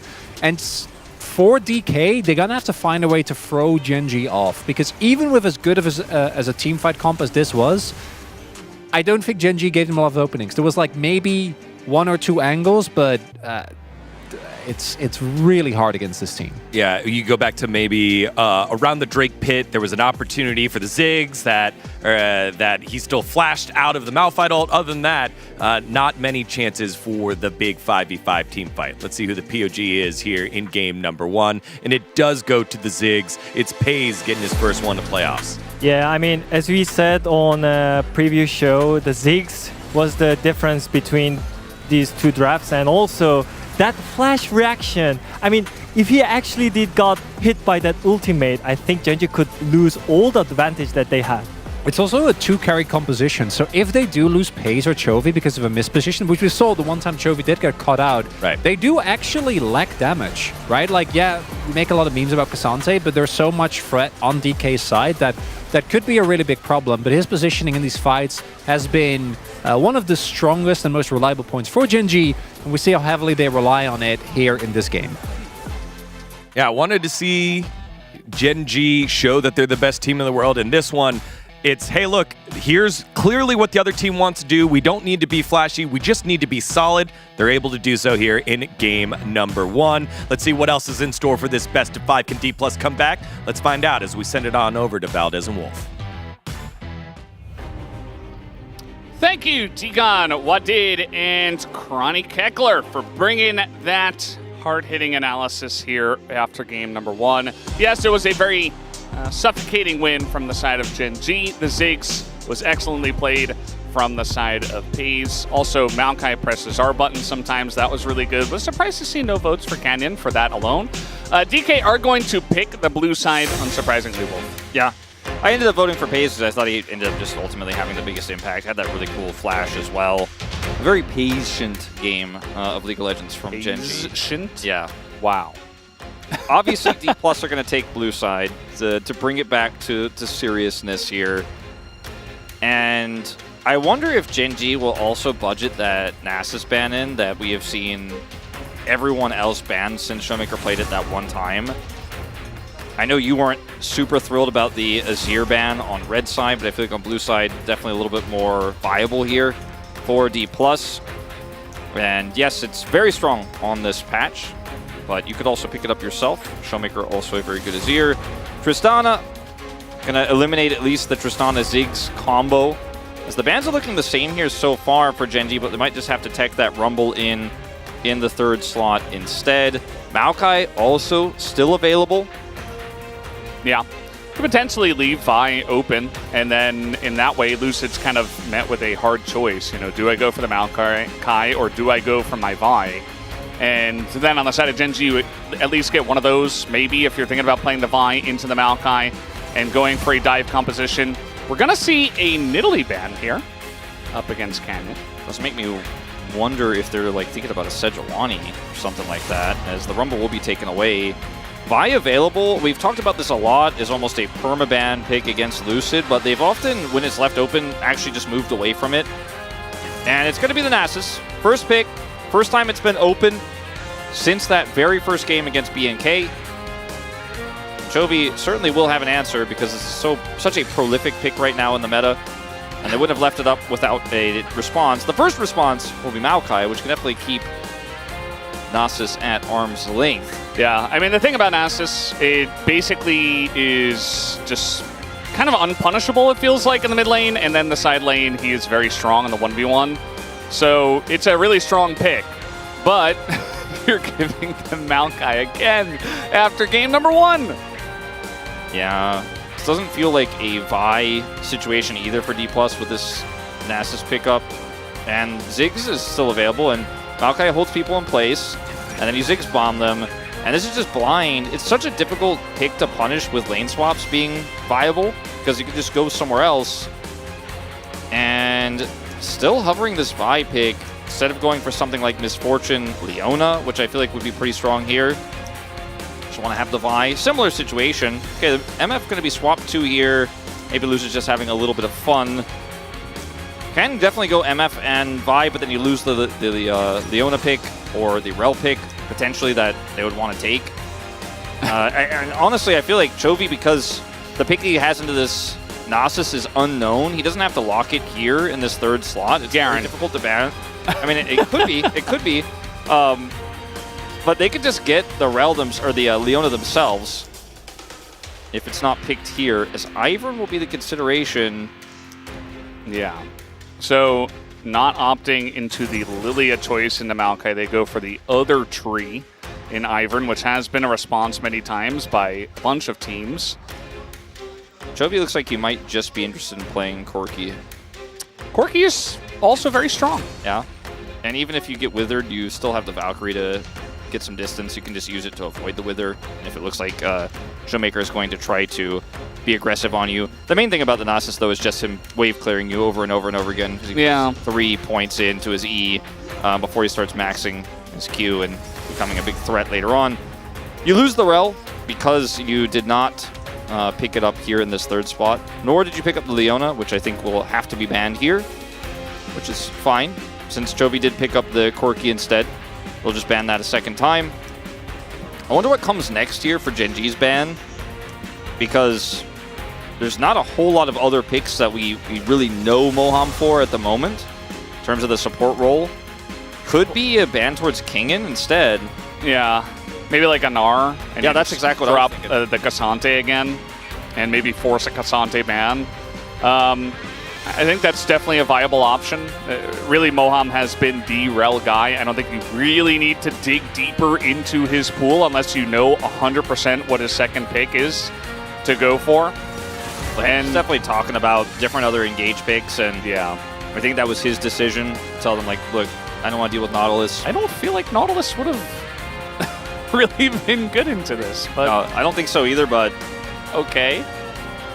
It is good into Corki, you know, to be fair. Yeah, you could press R. I mean, it still does that, but... And down here on the D+ side of things, since it was not a top ban, they will just ban the Cassante anyways. Seems like the most obvious choice that you'd want to take away.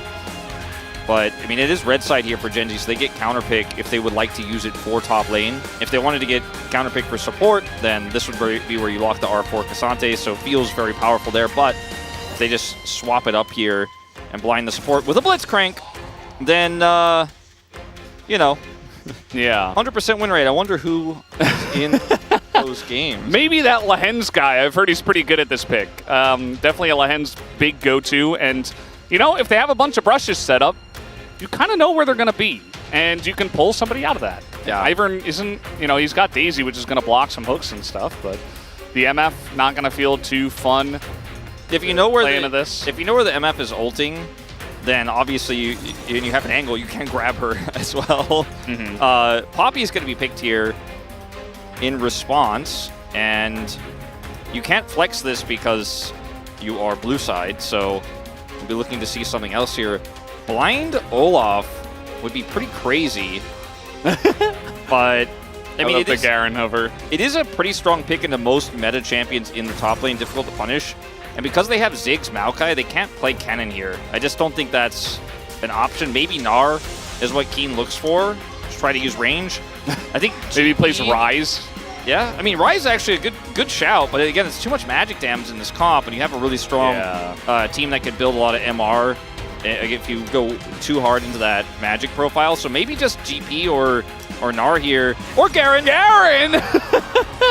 Yeah, just play Garen instead, of course. Now, is it going mid?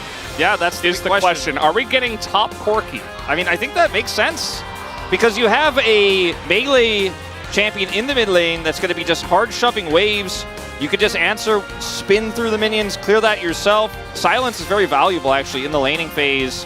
It's difficult for Showmaker to all-in this Garen. You can stabilize there quite well. You still have the Ziggs composition that's very, very strong in the mid-game of pushing down turrets and making an impact from a long distance away. Ziggs bomb plus Garen ult means dead champion. Yeah. I do like that. And then, you know, consider that it is that melee matchup, so you're not really losing anything with the Garen going mid, and Keen has been so good at range top lanes for his entire career. The Quinn was mentioned earlier. Urgot, another pick that he's picked up a ton in the top lane. He just Ryze counts. Ryze, obviously, you mentioned. So it ends up being a pretty nice way to set this one up. And I think it's, with Ivern, extremely difficult to punish. That's a Corki. How are you going to gank the Corki with an Ivern? I just don't think that is something that's realistic here, unless he makes a huge mistake. Yeah, I am excited to see what the Olaf Ivern dive looks like. Also, what kind of lane swaps we're going to get in this one, because I would imagine we're going to get it somewhere. Maybe Gen.G just opts into it once again to deal with the MF early on with their Ziggs. Yes, that is Chovy playing mid Garen into Nasus. This is 2024. Welcome to the Unibank Summer Playoffs. We are ready for game number 2.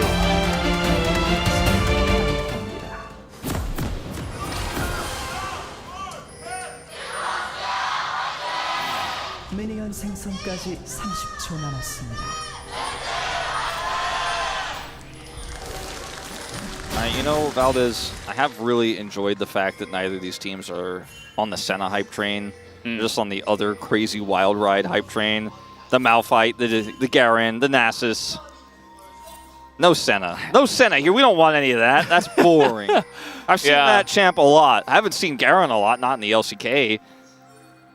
I'm sure we will get the pop-up eventually. Hasn't been that long. It hasn't been that long. It did get played at some point. But not in mid lane, I don't think. So no. It was, so I think that one will be a mid first and a Chovy first as well, obviously. He gets to add it to his list of unique champions that he's played. Yep.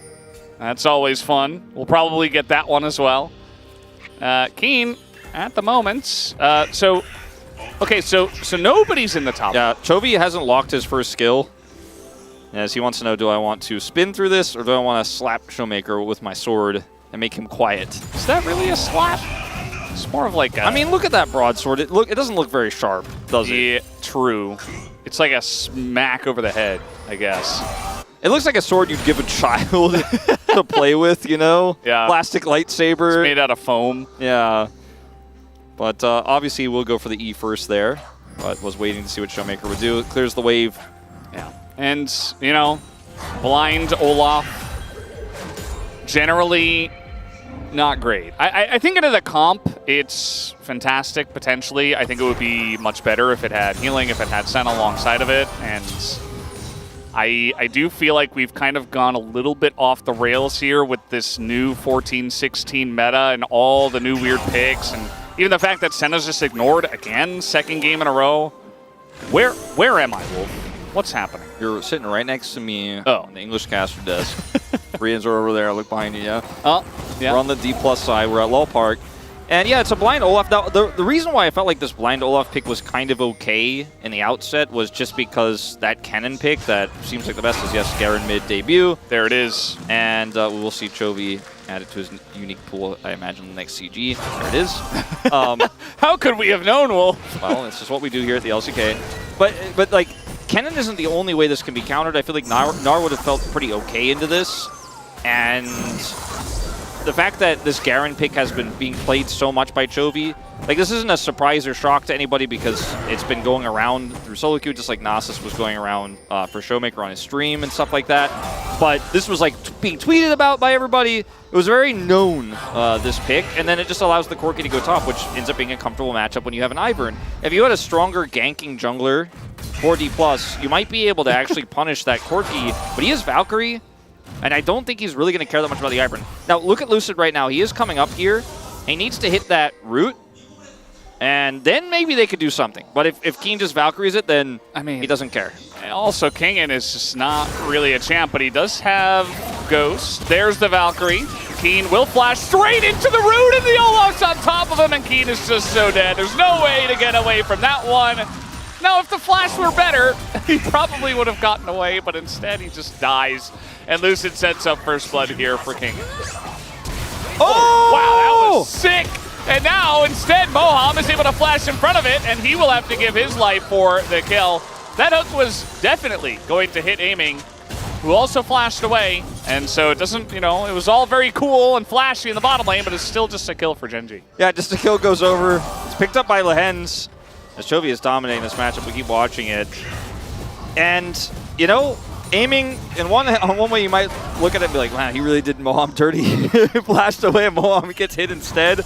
But Moham also flashes, ends up being kind of a disaster.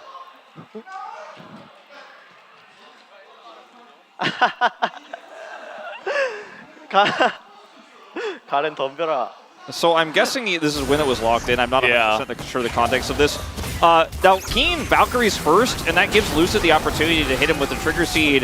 The flash angle, if he had gone up, then maybe he doesn't actually buy enough space there and gets caught anyways, but I think he probably would have been fine. And down here, really nice satchel as well after the grab. Still has Hex Flash, so it doesn't feel that egregious, but now down 2 flashes in the bottom lane. Basil Hinds didn't have to use anything for that, and it's a huge win there. So, Lucid gets a kill, topside onto Keen. He's still up pretty significantly in CS. Maybe another opportunity here for a grab. Not going to see it. Yeah. That's the thing about the Garen into the Nasus is like, okay, well, you want to play a melee champion that has wave clear. Garen's just going to outdo Nasus 10 times out of 10, spin to win, and immediately the wave is just cleared. And Nasus, well, he's got his E, but he definitely doesn't get that wave clear online quite as fast as everybody's going towards the Grubs, Wolf. Yeah, everybody's grouped up here. Do not want to allow Gen.G to, once again, run away with the macro. Hard to engage here as D+, though. We really need to get value out of this Olaf in this fight. And once again, kind of waiting. Not here, so it's just a 5v4 in favor of Gen.G. They try to go in on Olaf. That's not a good choice for Canyon. He might just die. He's dead. Down he goes. Now Keen trying to Valkyrie away. Remember, he doesn't have flash. He's going to go down. Double kill here for Kingen. As now trying to frontline with the Garen, but out comes Daisy, and Gen.G gonna have to abandon ship. But there's another route that comes in. A triple kill for Kingen's Olaf. And Aiming's just farming bot the whole time. Yeah, I mean, this is a huge win for D+. I mean, they surge ahead, 2,000 gold. The advantage here, 4 kills on the Olaf, as this pick just keeps on slamming them down in these early games. I mean, we got a penta on Olaf in that previous round by Zayas. But, you know, engaging on the Olaf, like you said, when he has ult available, just seems like a silly idea. They could have played a lot more respectfully there. Pays didn't have ult, which is really huge going into this fight. So yeah, he's here and Aiming isn't, but you're a Ziggs, so you kind of have one rotation of spells, which he doesn't even use because he isn't there, as you say. It's just a really nice turnaround here. They really just didn't want to give D+ any of these grubs, but engaging to try to stop that was probably not the play. And when you consider the value of the root here, when everybody could just follow up on the Ivern, it is massive. You have a melee composition with the Nasus and the Olaf. Look at this glacial. No flash here for the Corki. Slowed, taken down. Well, that's it. But then, and look at them all just melee. He's like, whoop! That's Ivern, baby. Yeah. And we talk about the brushes a lot, but we don't often talk about the fact that you can just instantly right-click on people and get on top of them when they get caught by that. And D+ fans going wild because this is a completely different game than game 1. Yep.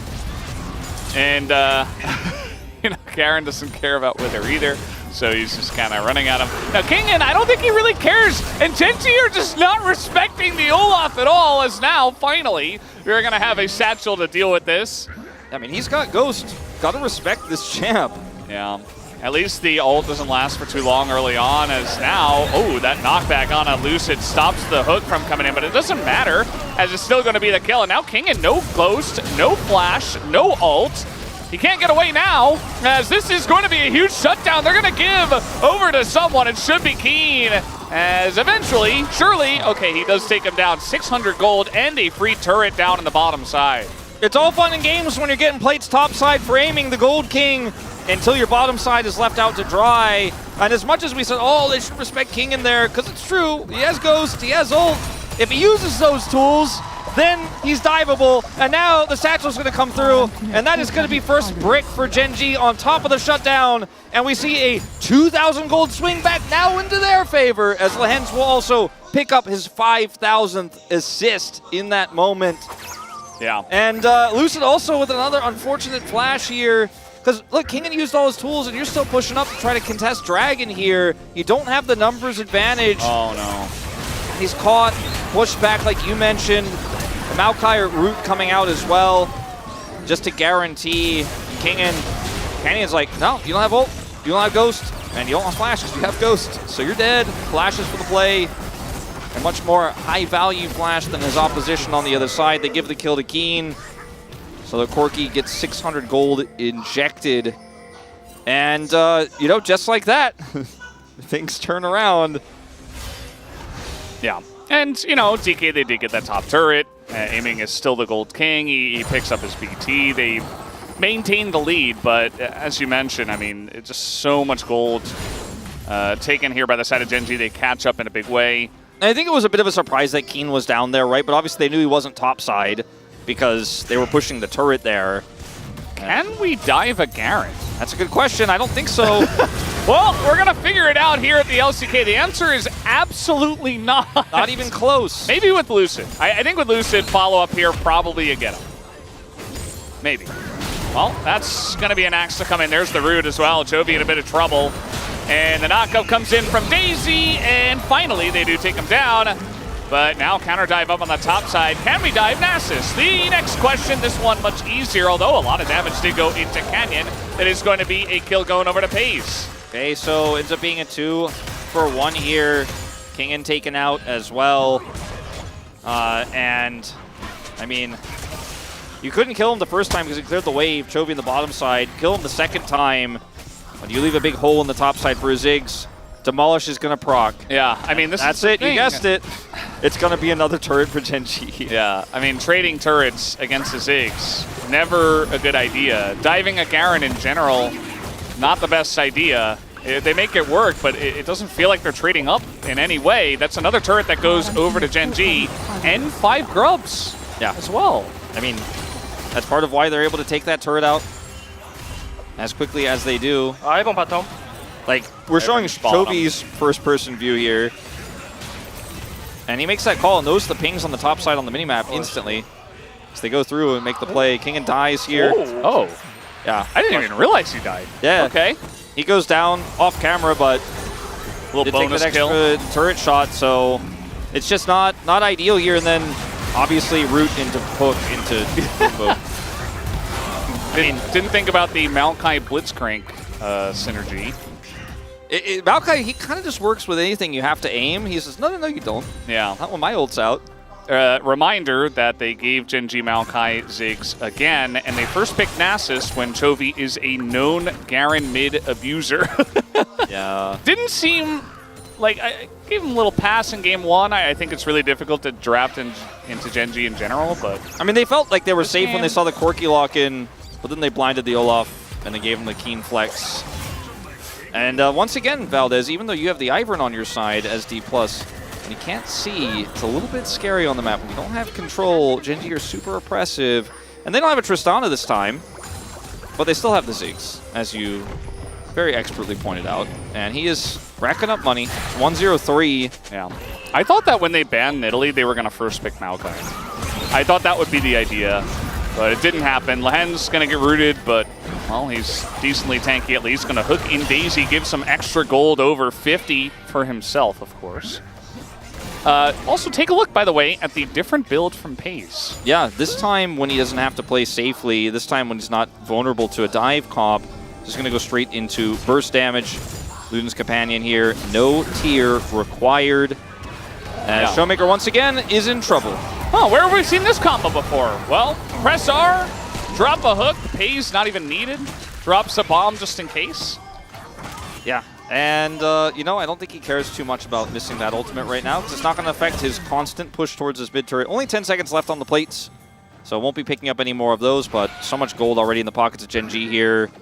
And, I mean, for Showmaker in that moment, like, he can't flash the Maokai ult. He's going to get hit by it no matter what, so he just kind of has to sit there and die, and there is no cross map. Lahen's in a little bit of a rough spot here, probably going to go down. DK, nice catch onto Lahen's, who did have flash, but did not elect to utilize it. And that's going to be Rift Herald going over the side of DK. Yeah, a little bit sloppy there by Gen G on the back off there after killing Showmaker, but they obviously had to go really deep to set that up, so somewhat forgivable. A really nice punish does come through. Let's see what they can get done with this, because top turret already died earlier. Mid and bottom are very healthy, and they don't have themselves a great siege composition or a very guaranteed way to setup for the kill, so they can get some damage done with it. They can use it for prio on the next dragon. Like, look at this angle for Showmaker. If he goes up to avoid the ult, he dies. Yeah. If he flashes, he doesn't avoid the ult. Like, there's literally no counterplay here. Yeah, even if he flashes under turret, still gets hit by the ult, still gets hooked and dies. And King and also TP'd up to this. I think they were hoping they could maybe save the play. Already heading up top side. This ends up being a big boon because they wanted to set up for Herald anyways. And end up catching Lehens on the retreat. Small victory. I mean, it's a very big Olaf. 6 kills. Stridebreaker going to feel really good in this composition, but... You know what's really good into Olaf? Damage. Yes. Range damage specifically, quite good. Yeah. Also, another Oblivion Orb picked up by Pays early on. Deals with the BT, deals with Nasus, Ivern sustain, Redemption, deals with Olaf, obviously. Feels like an even better buy in this game. Yeah. And when you have a ton of money, you don't have to make tough choices about what you want to buy. You can just buy the good item. Yeah, he didn't buy Horizon Focus in game 1, but in this game it gives even more value because with all the brushes, you can get vision. Yep. With that item. And Ivern's like, well, what if we just hide in this brush? And then it's like you've got blitz hooks coming at you, you've got vision from the Ziggs. Maokai can always just press R as well. Yeah, I mean, it's quite a valuable buy. And it's completed now at 16-15. As you mentioned it, speak of the devil, it is just right in front of our screens, showcasing the lead he has over aiming right now. And BT is so valuable, obviously, into this comp, but Hens is playing a game here with Moham, and Moham loses. I mean, they're going to hook up Poppy. Generally not a good idea. The knockup comes in. But Gen G are on the escape. The ult comes out from the Olaf, and down will go Lehens. It's now Redemption as well. Gen G, they play with fire. And DK, they say bring it. And they're going to get another double kill here for the side of King, and who now has 8 kills. Yeah. I mean, look, Moham was the loser of the mini-game of trying to avoid the hook, but I feel like he was the winner in the end because looking at the Poppy means a big front line, 40+, and now they're going in. Yeah, another root here on a Canyon who is very tanky. Down will go the Ivern and Chovy. Can they kill him is the question. Poppy, Moham is in the Rift Held, goes in, and will just die. He does trade himself for the Garen. I guess that's worth, but now aiming, very awkward spot, has to trade flashes with Pays, who threatened the, Satchel engage. Yeah, Satchel knockback there would have definitely done him in, so good flash. Can't cleanse that one. So he ends up taking him down there, or taking his flash down there, that is to say. Yeah, Lucid just getting ulted there by the Garen. I don't really agree with Moham. I mean, yeah, he trades his life for a Garen, but the kill still goes over, and had to use everything for it, and now he's not here for this fight. I feel like they got a little bit of that BNK in them. Yeah. In that moment, They're like, we're all going to go super deep. They could have just been happy with the turret, I would have been, as this is that game where Wild's playing a little dodge action. He gets satcheled, but gets the double knockup here, and then Lehens is very, very low. And look at King, and like I mentioned it, you said damage is good in him. There's not a whole lot of damage here. Then King just straight up teleports in to die. And this was very disjointed for the side of Gen G. Kind of uncharacteristically weird team fight there. And then here, you just don't have to hard force this. They try to get Canyon. They're successful in getting his flash, but 1 health Rift Herald. Moham goes in, and he's like, got him. I guess so. If the kill goes over to aiming, maybe it's worth, but it goes over to Moham. Yeah. Good flash there from aiming. That was really well played. You talked about the burst damage, which is something that's not often mentioned, but we talk about poke, we talk about dive comps, we talk about disengage comps and stuff like that, but the burst from Chovy and Pays, we saw it there. Underneath the turret, Lucid thinks he's fine. He gets flashed on by Assassin Garen, gets 1 shot, and yeah, the trade comes in, and eventually it feels pretty good for Gen G, who get the Ocean Drake, and now spawn the Hextech Soul. Look at the damage in this game. Actually Pays currently, I guarantee you, even if Gen G lose this game, that will change. But at the moment, leading the damage charts at over 10,000, nearly 11,000 there. Geen, has some teammates nearby. Yeah. But I think this turret just goes down. They're going to try to ult to save it. All right, well, that's the root, and that's the hook underneath the turret, and max range doesn't matter. You get rooted, you get hooked, and Moham trying to disengage with his own ult is not successful. This keeps being a bit of a problem. This good old Maokai setting up for Lehens to hook people in. I think D+ didn't hard commit to that. they kind of half committed, and then when the ult came out, they were still caught because Mom was so far forward there. I wanted to get the turret so badly, ended up getting punished. This game is super wild, but I feel like Gen G have so many edges here because of the composites and how simple it is to blow up aiming. If he gets caught by a Maokai ult, if he gets Ziggs bombed, some of the same problems they had last game, and the side lane issue they have to deal with. As Mom obviously channeling this to try to help his teammates disengage means that he's immobile, he's going to get caught by the root, he is then going to be hooked. And Lehens might have even been able to hook him without the root, but either way, that does connect. I look at this comp where the Olaf has this massive shield from Starax. He's very, very large. He is very fed. He is a level up on Keen right now. And he's not going to be very vulnerable to Ziggs, the Ziggs ultimate. That's not going to be an issue for him.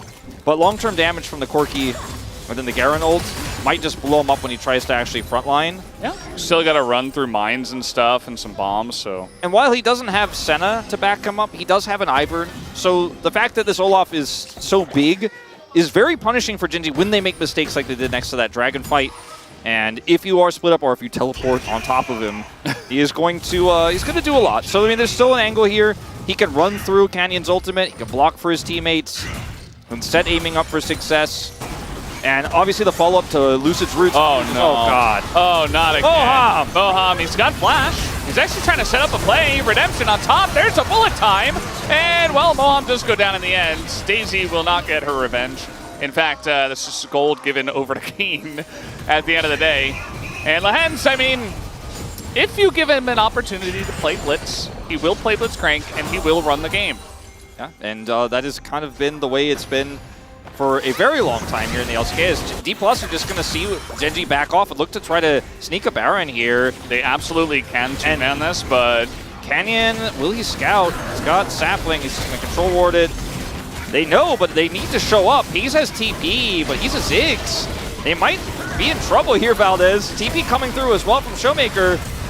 Yeah, definitely trying to force this one. Gen G, they want to do something about it. Canyon doesn't have his ult. The knock up here on a Mohawk, not a lot of damage. Oh, comes in onto aiming, and Garen is in the back line. Down will go aiming, and the damage is just way too much. Gen G, they get the punish, and it looked a little bit iffy, but now the Bomba over the top as well. Ziggs will not be defeated. And now the two of them trying to get away. They do huddle up against the wall like they're in the cold winter, but in the end of the day, it is a big fight win to the side of Gen G. Chovy respawns in 25 here, but I think they definitely can take this Baron. Clearing out vision now. It's Ivern with no flash on the other side. Good luck stopping Gen G, good luck stealing. They don't even need to have that much control, but Lehens has it here in the choke point. If Lucid steps too close, he will die, and they will get the Baron, so a little bit concerned about him walking up here. Don't do it, Lucid. Don't do it, man. You have so much to live for. They need you for the Hextech drink. Yeah, he will not hard commit, just drops a Daisy. Moab's on a ward. Lehens doesn't miss, okay? That's just the truth. And we've all seen it. We've all experienced it. Everybody watched it. Thank you, Wolf, for being honest. I mean, it's like, there's like somebody out there like, I think Lehens missed the hook once. I'm like, no! You're wrong. No Lehens blitz tonight. Look at this. Look at this hook. Look, Are you on kidding me? When Kingen is right there, he threads the deal, and some of this is on the positioning of aiming, but I mean, I'm going to give full credit to Lehens because the accuracy, the threading the needle, the angle is so difficult in a bunched up team fight like that. And when you take aiming out, that's the fight, that's the win. And what was a really cool attempt there from Gen G, because they knew a lot of big tools like the Nature's Grasp were down, Gen G weren't grouped. He's even going to be able to hit it on the red buff. But it's just so team fight warping to just take out the MF, take out that bullet time from the fight right away. That's one of your biggest turn tools and the best target to hook, and Lehens takes him out. It's 10 out of 13 KP this game. Yeah, I think especially his positioning, like he was in 5 players, threads the needle as you mentioned, gets the perfect target, but also pulls it directly on top of a teleporting Garen. Like, maybe if he threads the needle and it's like over the wall and then aiming flashes away, it's not nearly as impactful, but the fact that he pulls him into Chovy, who just immediately blows him up, it's just so oppressive. I don't blame aiming at all. And you see aiming is 3rd to last on the damage charts, and it's not even really his fault. I mean, yeah, he hasn't been there for some of the fights, but I don't really know if there's anything else he could have done in this game. Yeah, I mean, he's able to flash the hook, might have been able to do anything in that fight, but I just think he didn't expect it.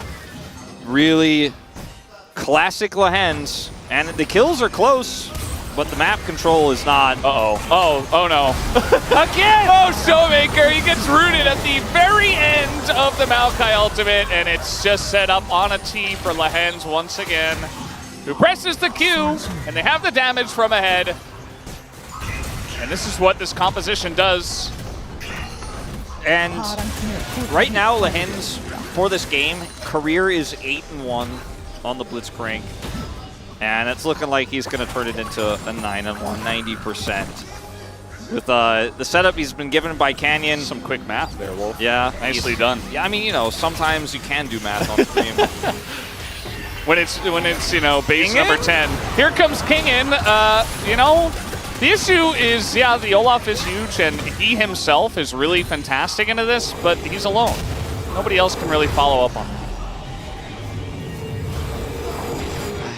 Valdez, it's starting to feel like the 3-0 Predators, man, are feeling good right now because even with a good draft in Game 1 from D+, and a creative opportunity maybe for that Nasus to get value, Gen G are they're just smashing him. I mean, they're playing Corki top, playing Garen mid, which is a surprise to literally no one who cares about and watches League of Legends, so it seems like, wow, that's crazy, but like, he's been spamming it, he's been playing it, and then you felt safe because they locked the Corki, but it wasn't for him.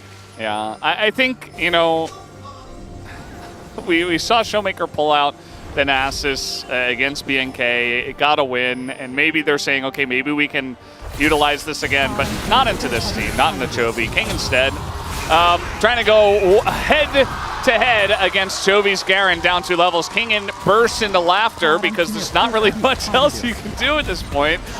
Game 2 it's done. DK, they don't have an angle. Yeah, Showmaker hands off the keyboard here. Look at him just stand and watch. Chovy's just like, all right, well, I'm just going to keep pushing.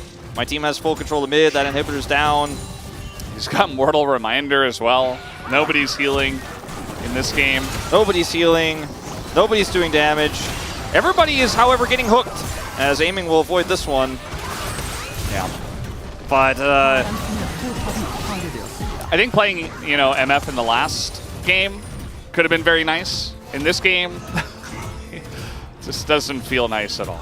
No, Chovy's just gonna solo this and hit bottom, while the rest of his team systematically destroys the top. The inhibitor will survive. On the gate. Yeah. All right. Oh, this is the angle. All right, they have the flank, and now they're just gonna try to engage on the aiming, who is kind of frontlining here, but oh boy, here comes Garen, and the Ziggs bomb over the top, and aiming just doesn't get to play the game. And Lehens, he's going to taunt Olaf away from the team fight, so that's gonna win it there. As Gen G, it almost looks like they're playing solo queue at this point. It's so one-sided. Yeah, Chovy didn't even have to ult in that last kill onto aiming.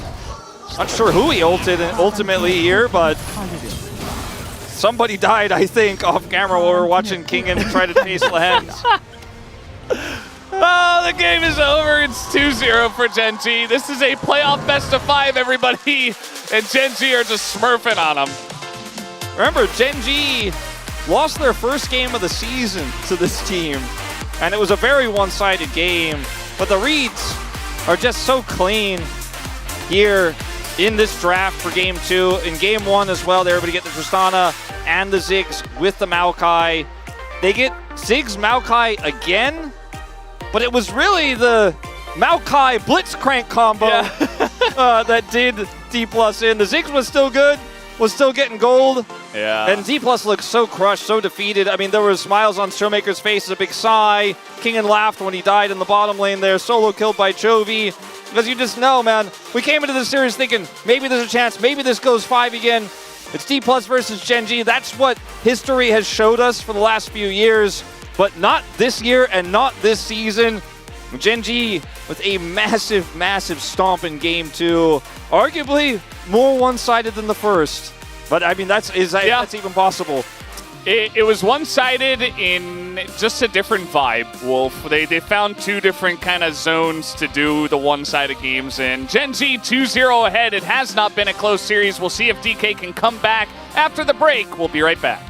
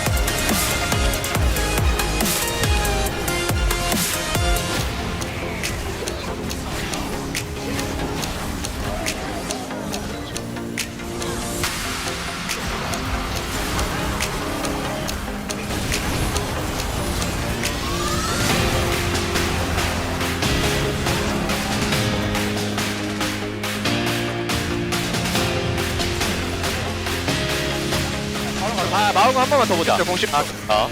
에이 뭐 탔다. 에이 뭐야. 나 미포. 야 가렌이야.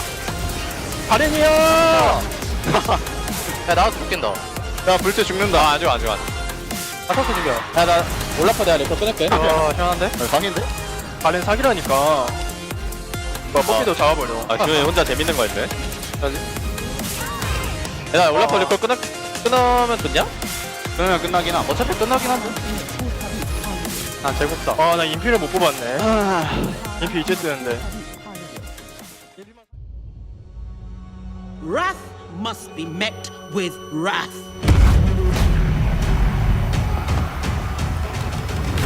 You will have justice. Jinx! My sister is gone.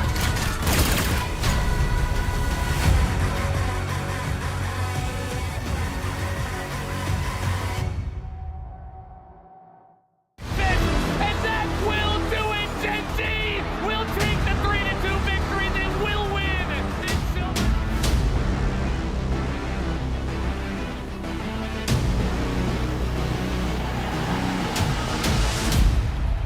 팬 여러분의 뜨거운 파도 함성과 함께 시작하겠습니다.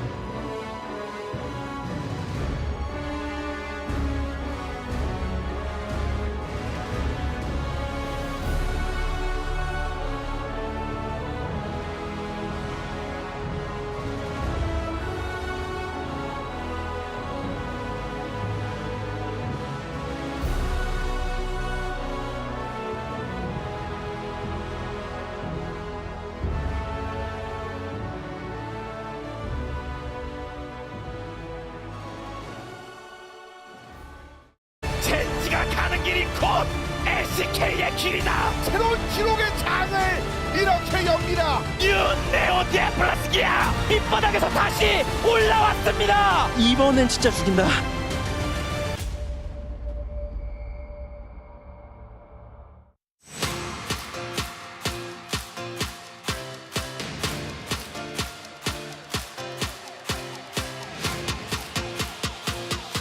Hello, everyone, and welcome back to the space. Degon here, alongside Wadid and Chronicler, and Garen getting the victory, being piloted by Chovy. Genji now up 2-0 here in the playoff round against D plus Kia, and one win away from at least going to the in-person event in Gyeongju in the higher seed. Yeah, definitely looks like other teams will be matching them, Degon, and they won't be in the grand final. No, Genji look incredible here. What is really interesting to me is that they are actually playing stuff like the Garen. But the Garen, I'm going to tell you, as good as Chovy made it look, that's a red herring, okay? I know it's lighted up here and it's something that is very funny, but what is actually insane is that Maokai Ziggs keeps getting through, because I feel like, and I imagine DK in Game 3 is going to swap this, because you need to not give Genji that. It's too strong. Like, it works so well for what Genji as a team wants to do. Yeah, exactly. 2 millies with Ivan was feeling great, but they couldn't reach to the Ziggs, and that was the main problem for the Game 1 and Game 2. And also, Maokai Ziggs just makes game really easier. So I think that was the main problem, and I think they need to take care about it.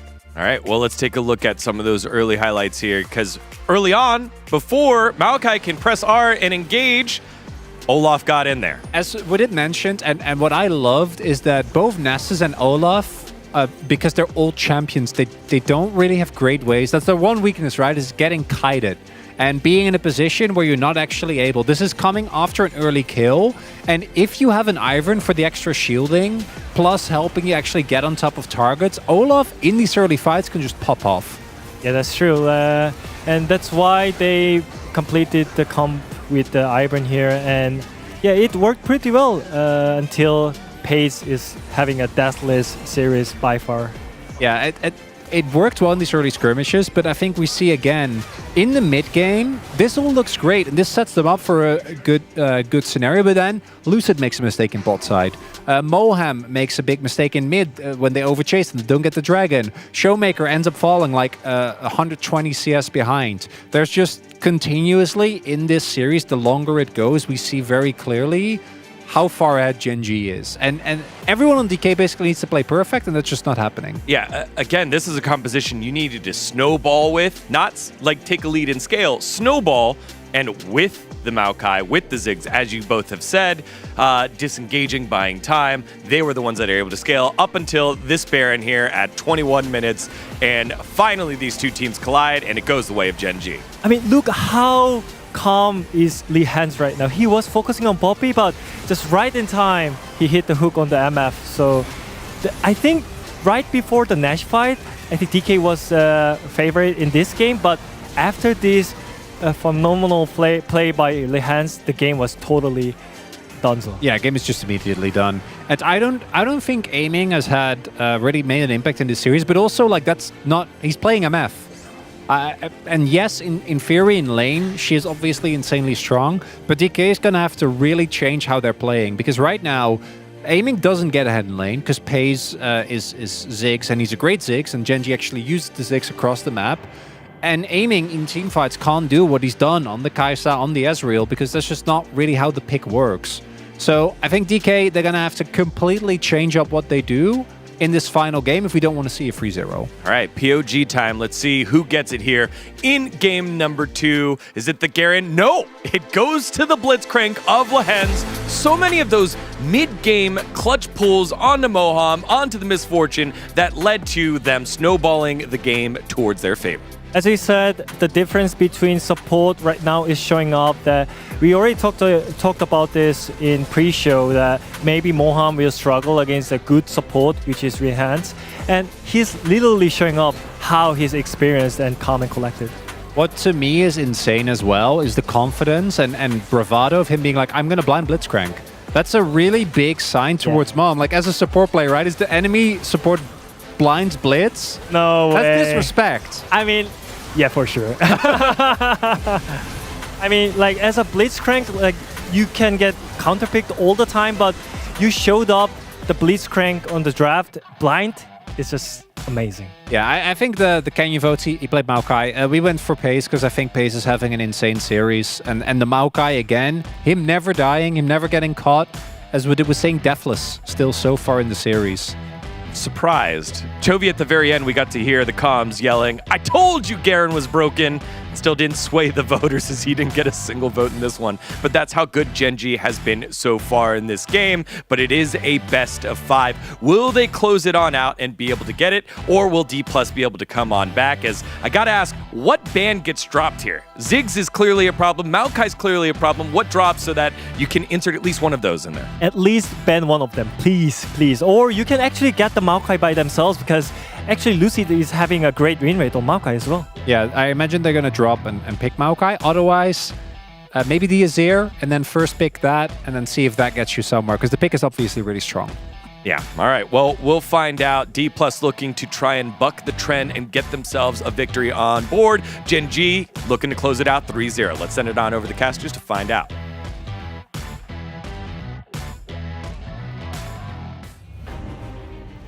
Thank you, Spacers, for that great breakdown. Yes, please take the Maokai out of Canyon's hands. He doesn't need to get POG to showcase just how powerful it is to get a couple of votes. And, yeah, I mean, what do you think, Wolf? What are we going to see dropped in the pick ban phase? Because I do agree, I think DK really needs to swap something up here.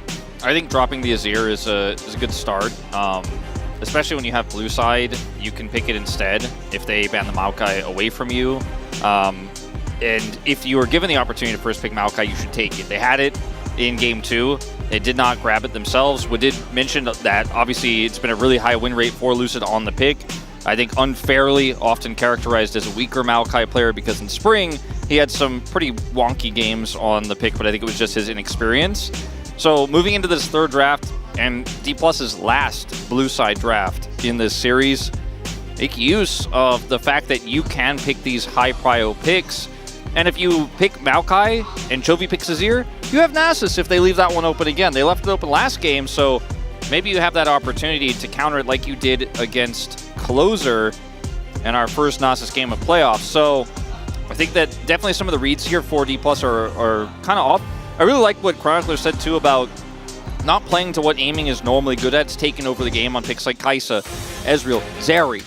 He's been playing combo-oriented, playing around Moham, and Moham's been a big boon for this roster, but when he didn't have the Rel, that MF just didn't hit at all.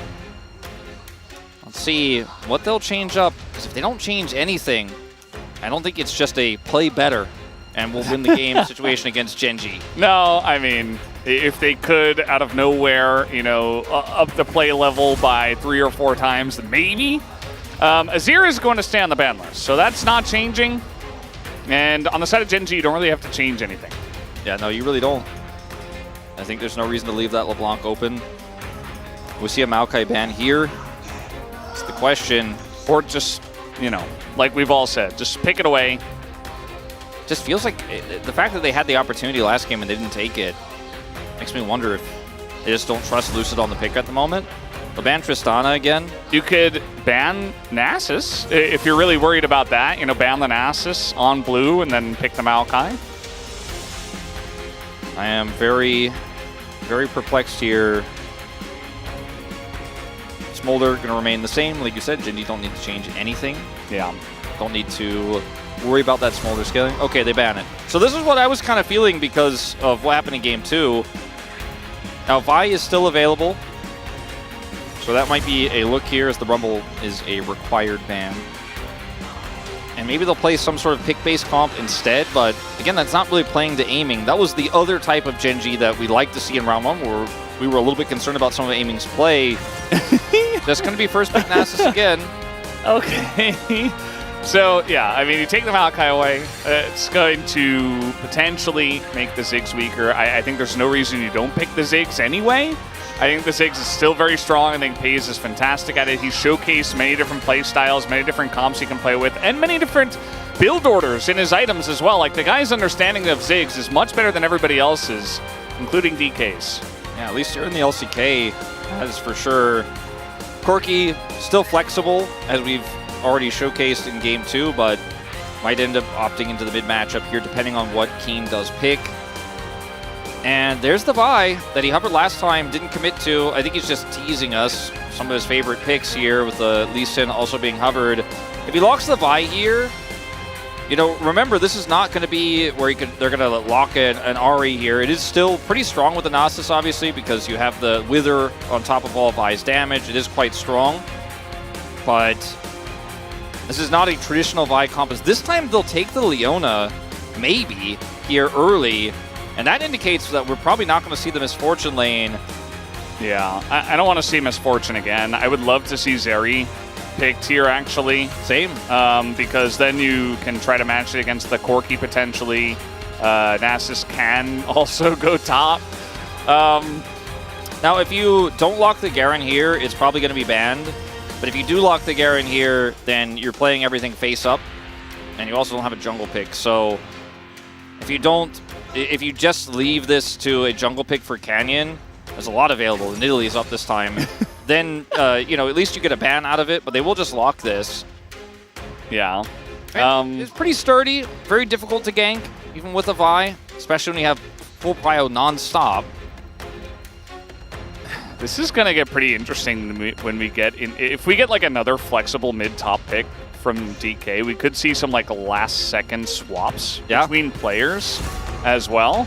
Could get very kind of crazy towards the end. The Kai'Sa is kind of a must-ban in this situation because of the Vi and Leona, the pick-based comp that they are going for here. I still do think, though, that the Zeri deserves a look. Ezreal is much weaker at following up on dive. Can do it, and Leona Ezreal was the lane early on this season, and Aiming is one of our best Ezreal players. So I think it's probably between those two picks they're considering banning here in this last spot for Gen G, as Poppy being that kind of soft counter to Leona will be banned away by D+. Rel also could be quite strong for Gen G's composition. Lehens is not giving anything away, not even saying anything either. He's just ready to type in the ban. Now, it might be Pays who's giving some input on this ban. We'll ban the Olaf, as it was a problem to deal with in the last game, but I think a lot of that based on that one team fight on Grubs. So will it just be a Rel ban here? There's not a whole lot of really strong pushing Ziggs lane picks that are good into what D+ have, like Janna. Don't think you're too concerned about that. It's not really a Blitzcrank setup here in this draft either. And they'll take away the Zyra from Canyon instead. And that Poppy ban also, you know, could have been towards him as well, but more likely for the support. Let's see what Canyon's going to lock in this position. Just keeping it a secret. Is it like a Karthus angle, Valdez? Big boom damage, I mean, boom damage. It's a lot of magic, but it certainly is difficult to avoid, that's for sure. It's very difficult to avoid if you're playing an immobile AD carry and the bomb hits and then Karthus says goodnight. Let's see what Aiming's going to lock here, because the Ezreal and the Zeri are the two picks that we have on our minds. Seraphine? I mean, it's going to be really good for the Nasus. I feel like it'd feel really good if there was a Olaf in this comp as well. We're just going to lock the Vayne. Maybe. I mean, we may not be, but... How far are the chefs going to go tonight? All right, well... Where are we going with this? I mean, now Chovy can just play this Garen top if they're going to play Nasus top and put the mid lane Talia to work. I actually really like this for D+. You have a lot of pick this way. The seismic shoves are going to be incredibly powerful. If you set up any of that CC and the Nasus becomes extremely difficult to deal with, follows up on it really well. What's the choice? Karthus, I don't think so. Feels very good. So. Not anymore. Definitely not an option. Yeah. I don't think so. Canyon can play pretty much anything, and it's going to be Skarner in the jungle. Very punishing into any champ that is trying to step forward to set up that pick. Even the Nasus can get isolated if he's caught and pulled back and then blown up by all of that damage. He's pretty tanky, especially when he pops his ult, but not immortal. And so we have the same matchup topside. Definitely a lot more gankable this time around 4D+, because they have a Vi. And this Garen, you know, if he's trying to really push the lane in a top lane situation, it's a much longer lane. There's a lot more vulnerability there. Talia as well can join, you know, Shaker can roam. He's shown that before. This is a very cool way to change this draft up. The Seraphine's still a bit of a question mark for me, but it obviously empowers the Nasus really well and has great wombo potential too, and can follow up on that single target CC. You get the extension on the ultimate, charm somebody. Yeah. The shields allow you to push forward really hard. So sustain for the side of the Ziggs and the amount of poke. The Ziggs Corki that comes out again. LCK Vietnam is here. Shout out to VNcast and these guys. Yeah.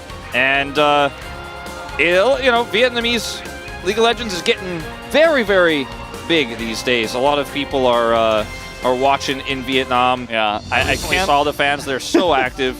I can't speak the language, but I did recognize the Cassante. There you go. Copy pasta. Maybe some Showmaker fans. They're hoping for more Cassante. We've seen one Keen Sante in this series so far. Not going to see it here in Game 3. As we're ready, let's hop onto the rims.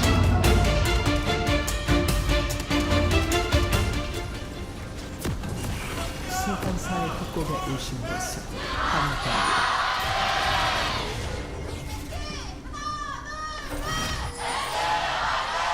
미니언 생성까지 30초 남았습니다. All right, off we go. Game number 3. DK's last chance, and could be the start of a reverse sweep if they do pick up a win here. I personally am a little bit disappointed to see aiming on Seraphine after he's had the season that he has had on picks that hard carry. And Seraphine feels good in the comp, feels good, you know, into what they're playing against, but it's very good in the Ziggs. It's not aiming, you know. I agree. I mean, the shielding, if timed correctly, can be so strong into the Ziggs ultimate. Aslan is going to fish here, but T+ will see and back away. Do have a lane swap, of course. Everybody's aware of this. Garen starting bottom side here. The Ziggs going top. And even with plate protection, can still be quite strong there. Seraphine push is very obnoxious to deal with, you know, as the Ziggs, so it does feel like a wise choice. And Moham is going in. Yeah, force a smite. I mean, I don't think that Skarner really cares about a level 1 Leona. Here's Kingen and aiming on the bottom side. Keen got some XP. Yeah. See that purple bar appear below his HP there, bottom left? That's what he's looking for. That's what top laners are really having a lot of trouble getting right now with these lane swaps. But they opted into this. He's able to get a little bit of it. We'll get some more here. As it's tough to punish a Garen right now at level 1. If you start setting up some CC and continue to poke him with that Seraphine, it becomes very difficult. As Paze is just alone in the top side. No answer just yet. And the shield will deny that poke. He's actually doing such a great job of picking up XP here. Now he can wave clear with his E. Yeah, it's never easy to dive a Garen. Excellent wave clear, excellent sustainability, but might go for it here on the next push. Not as big of a wave this time, but it is a cannon wave. Let's see how it goes as Keen wants to get in. Gets the silence on a Moham, who's not able to do much except ignite. And now Keen's level 3, and he's totally fine. He's getting chipped out a little bit here. Maybe totally fine is going a little bit too far, but he avoids the dive. And everybody on Gen G is just escorting Paze to the top side here. You know, you have Lehens rejoining him. So many minions are being denied here in the top side. As Keen gets XP, King gets some XP, but it's split. We'll TP here, but they're ready for it. Oh, hide on bush, except 3-man version. And yeah, Kingan's not going to be happy with that one. Lehens, look at his face, set that man. one up. Yeah, What do you do? But he's not happy with it. You are absolutely correct. He is just laughing in frustration. And he's like, man, it was very different when I was World's MVP to be a top laner. It was very different than this, you know? Yeah. It did not look like this where he's just sitting in the lane with a Seraphine and Leona trying to kill a Garen and can't, and then has to TP to die. And by the way, they're still here. Guess what? Yeah. Well, there's the flash stun on in. Kingin does have his flash, and he says, well, I'll use it, I guess. He is going to die anyway, and Pays also gets to kill Kingin. Again, is just left laughing, because what else can you do? Well, there is one top laner left in this game. Well, I'll give Keen being half a top laner. Half a top laner versus 0. I don't know what happened here, but Showmaker just, okay, baiting. Actually just baiting, and now Toby's just dead. Down he goes. Lucy gonna get that kill in this wild early game, and at least DK gets something back. Yeah, they do get something back here with Lucid shoving this wave. They will be able to deny some farm, probably just a little bit here. As Kingin dies on this teleport, is grabbed by Canyon, stunned into the turret. Lehens goes super low, then they stay, and Lehens flashes for the engage, denies him the ability to get into that turret. They're all very low, but if they can keep Kingin out of the turret, then it doesn't matter, and he flashes towards it. 아씨. 나 어떻게 해, 게임? How can I play the game? How can I play the game? Yeah. He said a naughty word before that, or nearly did. And yeah, this is a little bit of an overextension here from Chubby. Great play from Lucid. Showmaker does flash as well, so it's not 100% clean or anything like that, but Lucid picks up the kill. 2 flashes down on D+'s side for just 1 for Chovy. So it's, again, it's a small victory, but it's at least something. Yeah. And the Garen is, once again, second game in a row, feels like it's just going to outdo the Nasus. Avoids the dive. Feels like, yes, Genji set up the dive better onto the Nasus, but Nasus, you know, you can see it plain as day, is much easier to dive in these situations. And here comes Skarner, and that downback is not going to do anything as Showmaker just gets pushed into the rel. Look at his face too, man. Yeah, Canyon and Lehens, man, they're just high-fiving this entire series. Yeah, and I mean, Kingin and Showmaker are just linked on frustration. Face bombing together. I mean, they're just running circles around them. And, you know, the other thing about this, we talked about the Ziggs getting some power topside, even with the plate protection and stuff, but Seraphine just doesn't hurt turrets that much, you know, if there's not a whole lot of setup. I mean, she does end up getting most of these plates, obviously, because it's just a Garen here, but it's not like she is threatening to kill. Here we go again. Lucid gonna miss the knockup, and yep, level 6, as you mentioned, so now there's actually threat of a kill onto some of these lower health members of DK, and Kingin doesn't get to play the game. This hasn't changed. Yeah, so, you know, it's still like 0 top laner versus like half a top laner. Maybe we can almost give 2/3 here for Keen now, as he is getting a decent amount of farm here. Hits level 6. He is 2 levels ahead of Kingin. Just sitting down here. Yes, plates went over to a Seraphine, who will utilize that gold quite well. This early game has just not been playable for Kingin. And D+ will get this first dragon, so...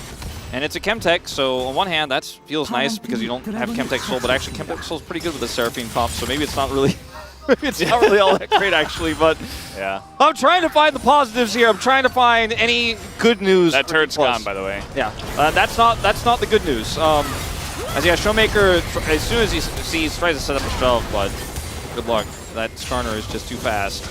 Yeah, I think the only way he maybe gets away is just run in a straight line towards the turret. I think he's dead either way. Not much he can do. Lucid denied getting over the wall, instead elects to ult the Garen. He doesn't have flash. Well, he might be able to get out. No, oh, okay. Well, Lucid's got his hands on his face. I mean, guys, this is this is not very close. This is just an unbelievable early game stomp from the side of Genji. And I thought maybe, just maybe, we'd get one close game in the series, Wolf. And it doesn't look like this one is it, so maybe if we have a 4th exhibition game, perhaps. I mean, the draft adaptation from D+, I thought was pretty good. You know, I wasn't sold on the Seraphine necessarily, but Genji does play a smarter early game. They have the Garen. They know the wave clear is fantastic. Yeah. Garen pick ends up being a flex, right? King can play it. And now Canyon has ult. Oh, boy. Oh, no. Kingin doesn't have his flash. So, yeah, there's the Impale coming in, and the bomb sails over the head of Nasus, but it just doesn't matter, as now, maybe a punish. 3 members of DK down in the bottom lane. Pays flashing into the fight. I'm not sure that's going to work out for him, but the damage, where is it from the side of DK? There it is. Finally, they take out Pays as, well, Canyon not going to get over the wall, has to flash. And finally, DK gets something. Yeah. They get something, Valdez. As Moam is able to lock Pays down there. Yeah. Really good play from him, but I mean, if you look at the items, yeah. This is the way that Kingin plays the game, because Yeah. Anyway, back to looking at the items in the bottom lane. That's a lot of ability haste. Yeah, well, That's wait. a lot of ability haste. I didn't actually see that he did that. Yeah. That, well, Maybe that may he not, can build it into items. That will not sit well with a lot of people. I will tell you right now, Valdez. Yeah. I mean, this is that will not sit well with a lot of people. This is one of those games, you know, there's been a lot of proponents for and against lane swaps, but when you see how Genji are just able to absolutely mind bend DK out of this series utilizing lane swaps, I quickly personally become a proponent for lane swaps. Well, look, I mean, for me, it's less about the lane swaps. It's more just about intelligent play from Genji. Like, obviously, the lane swap is the crux of the strategy here. And they're utilizing it in their draft as well, which is just so fun to see. Mom's dead. Well, maybe trying to get Canyon here. See how that works. He's going in, actually, on aiming. Knows he's dead. Can't get away. Ulting the wave here is Pays, as Pays will go down. And DK gonna get another something. Yeah, we will definitely be looking at the replay as to see how that happened. Looks like maybe a bit of an overextension there, trying to kill Moham, but I don't know how it all started off. We saw what happened after that, of course, but good punish there from D+. Okay, so Lehen's on a ward here. Moham goes in for a bit of an engage, I guess you could say, but it's more so just a bait. Like, he's Poppy, he's very tanky. Or sorry, he's Leona, excuse me, he's very tanky. And this means that Showmaker and Lucid can rotate down. Even though Showmaker didn't have his ult, can just surf and get down here very quickly. This isn't even really needed. And Lucid picks up the kill into Pays. So, bit of a trade back. You can see at the same time, Kingen is on Wolves. So, you know, he's still not playing the game on the other side. The Ziggs, I was going to talk about the items earlier. He got his Luden's Companion a long time ago. And aiming is still trying his best to finish that first item. Wasn't able to do it on that last back, even with the kill he picked up. And yeah, it's a 3,000 gold lead, but I mean, I guess a lot of ability haste for stacking Qs. This Nasus will infinitely scale Valdez. Yeah, I mean, they're very cheap. You can sell them back. You know, at the end of the day, it actually can make a bit of sense. It looks very trolly, but it can work. He's going to be getting a lot of Qs. He's going to just essentially just say, I'm not a champion, so let's really kind of buy into that idea and, you know, yeah, I mean, try to eventually be a champion while, for the moment, I'm not. I'm really not. Yeah, I think that, like, eventually he might be, and he might be just a Wither bot as well, which is still relevant. He'll be kind of tanky if he can ever get items. But it's just him accepting that this is a 5v4 game for a long time. If this game does go super late, and he is able to get a lot of Q stacks, like, that may change. But yeah, for the foreseeable future, not so much, as Lehen's is totally fine here. A bold engage there from Lucid, especially with a satchel charge at the waiting for Pays. But I mean, they're desperate for anything. They want to fish for a pick. They want to find some sort of angle. They want to find some sort of setup. They have a pick-based comp where if Moham sets up the CC, Showmaker gets the pullback. If he's there, you know, you get that blow up, right? And Q as many as possible, as he has picked up the Sheen now. Yeah. The Buckler. He has a lot of ability haste still. He's going to be trying to stack in the side lane and just try to catch up, as we've mentioned. Zeke's first here for the Skarner. A little bit of extra damage, I guess, as it's Hextech Soul once again. So Genji also have been really high rolling on these Drakes. They didn't necessarily really need to, but now a combo. Okay, a lot of CC. Unfortunately, that's Skarner, so not really able to blow up the Skarner. Down goes the turret, down goes the Leona, and Genji get another win. And Genji just really wanted the gold from that turret and the plate gold that comes with it, and they were prepared to group to prevent Showmaker from being able to set up a play there with the Leona. So great 1-2 punch from Moham. Showmaker, like we've been talking about this whole game, but they don't have enough damage to kill the Skarner. Toby had TP, and he's just going to come up here and clear this up. Now, Lucid is here. They may be able to punish. Chobi is in a lot of trouble here. Look at that burst that comes in. The Talia TPing in. So much needed gold for Kingen as well. Still massively behind in this game, but hey, you know, you'll take every win you can get, and that's Chobi's TP down as well as Moham is here. Yeah, I think Kingen overstays Showmaker's backing, and Kingen's like, well, I'll stay, maybe I can get another plate, and he might be able to, just barely not able to, gets smoked down, and that's the end of him. Meanwhile, this inner on the bottom lane is almost dead, 13 minutes in. Yeah. This is the kind of game that makes you feel sad, you know? Because you can see the thought process of this comp, right? Moam flashes in, gets just the tip of the Zenith Blade on the Canyon. Showmaker has the perfectly set up seismic shove, but then everyone is here, right? Chovy was here this entire time. You don't have a turret, so you're not safe to make this play. And then Chovy just TP's top to catch the wave, and they're already ready for him, right? They have the answer here. They kill him, and then Kingen is like, I gotta get plates, I gotta get money. I'm not really a top laner. I have my team here. This seems safe. And it does seem safe, right? Until Showmaker completes his back and the rest of the team leaves, and he still stays. And like Ziggs is threatening a bomb all the while, by the way. This Pace is like lurking, is like, you guys need my bomb? They're like, nah, don't waste it again. You wasted it last time.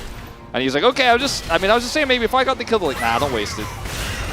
Keen and Lucid will interact with each other. Yeah, we've seen this fight before. There's the bomb from Paze. Is going to hit very much on the edge of this one. Lucid, he's got Kingen nearby. And Lahen's a little bit behind this place, so not able to actually pick up the kill. As Lucid's trying to get something back.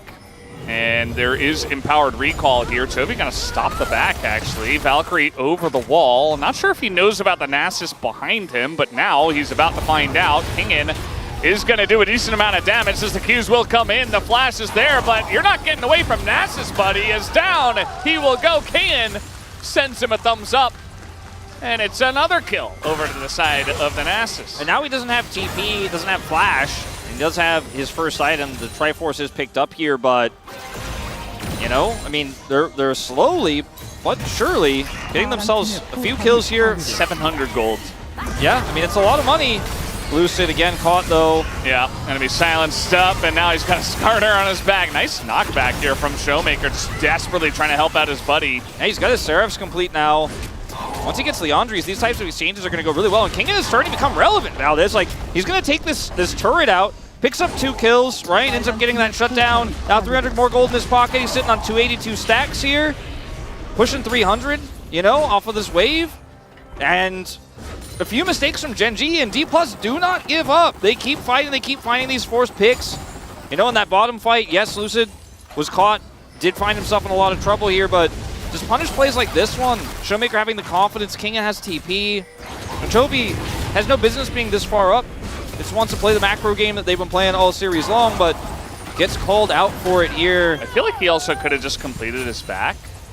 I'm not sure, like, if Showmaker's a little bit I actually thought so too. Yeah, I actually thought he could have, because like it's empowered recall. He doesn't know exactly how close Showmaker is, so maybe he's like, okay, that wall looks closer.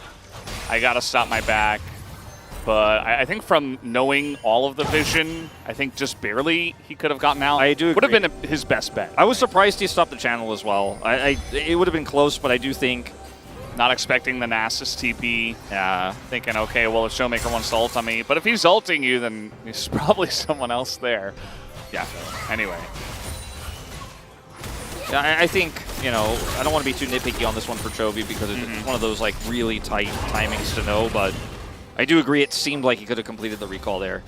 But he does not. Dies. Commits Flash. As once again, they're using the Hextech Rift incredibly well. And Keen's the next target. This pick comp is starting to come online, Valdez. Yeah, Keen is Garen trying to trade one back here, but not going to complete the spin into ult. And they do commit pretty heavily up to the top side of the map here. Satchel, passive, down goes the turret, and there's a Drake available. So yes, you got the kill.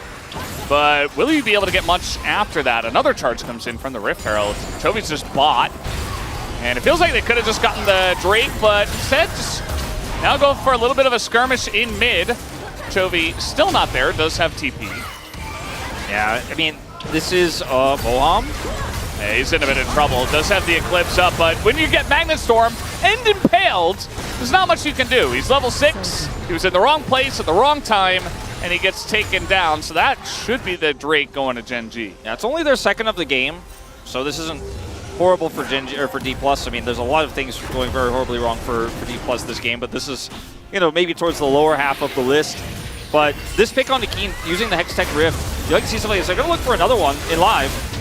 Yeah, the TP is coming in here from Chovy. A lot of damage into Keen, but that is still Garen. Chovy not able to chunk through the Nasus, but guess who's here? It's Paze, and he's doing a ton of damage. Lucid also trying to join. Keen getting pretty low as Lucid extends the Encore and targets it right into the Garen as a lot of wave clearers coming in. And Lucid sticking around. A big knockback comes in though, and DK are winning a fight while Canyon is just taking the drink. This starts to feel like the kind of game that maybe Atlas would have bet his hair on, Valdez. Because they keep just making these plays and Gen G keep disrespecting, and the Hextech Rift is working on Team D+, because they keep setting up these picks, they keep punishing topside. And remember, there's no turret here outer-wise for Gen G to take, and they keep, coming up here getting caught. This time for Keen, he's not pushing the lane. It's just an opportunity seized on by King, and Showmaker has teleport. They just keep using these teleport ganks. It looks like, okay, maybe they messed this one up, but Showmaker definitely flashes the ult, has that Seraph shield. Keen gets slowed, and we're not done in live. Just never done with the action. This time it's a 2v1. Nobody else is nearby, and Keen will just pick up the kill. So, and a lot cleaner. In that last fight, when you consider how scrappy it was and how well it was played, you could see the value of the Seraphine. Sure, they don't have that extra damage that an 80 carry would provide in a scrappy fight like that, but the extensions on Encore could be so incredible if you hit him in a choke point, if you have map control there, or the shielding that gives you more longevity for your Nasus and for your squishy members that are trying to, or that, Pays and crew are trying to blow up, Chovy is trying to take out. As here we go again, another pick, but Canyon this time is going to use it to his advantage. Tries to pull Moham after the wall. That's another satchel coming in and a big bomb to the face of Moham. And now Canyon once again through the wall, gonna bring Showmaker straight into the rel as the encore is good once again, but it's not quite as good as the team play from the side of Gen G.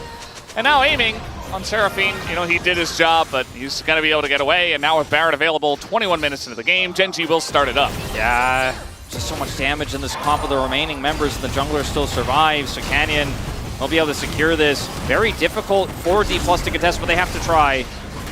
And no ult for the Seraphine. Yeah. Hayes is, okay, they're just looking to turn this one. He's on the side. He's got the mines in the perfect spot, and the damage into Kingen is huge. He's not quite that tanky just yet. It should be another couple of kills going the way of Gen G as Canyon going to throw a rock and take down Leona again. And they might just start it again. They are going to start it again, and there's just no way to contest. Lucid has flash, but there's no way he can get in here. The Hens will absolutely say no. Oh, they're going to back. Wow, they really do decide to back off. Because of the Hextech gates, Lucid can get actually behind Lehens here and circumvent that rel. And they're like, that's just not a chance I'm willing to take. I'm not willing to give Baron over. If they get that 50-50 steal and Lucid sneaks around there, it could be a disaster for us. Lucid going to look for any stragglers. Might be able to get Chovy here. Yes, flash ult. There is Lehens in the brush, who is put up away, but now in goes Lucid. The satchel is not enough to save Lehens' life.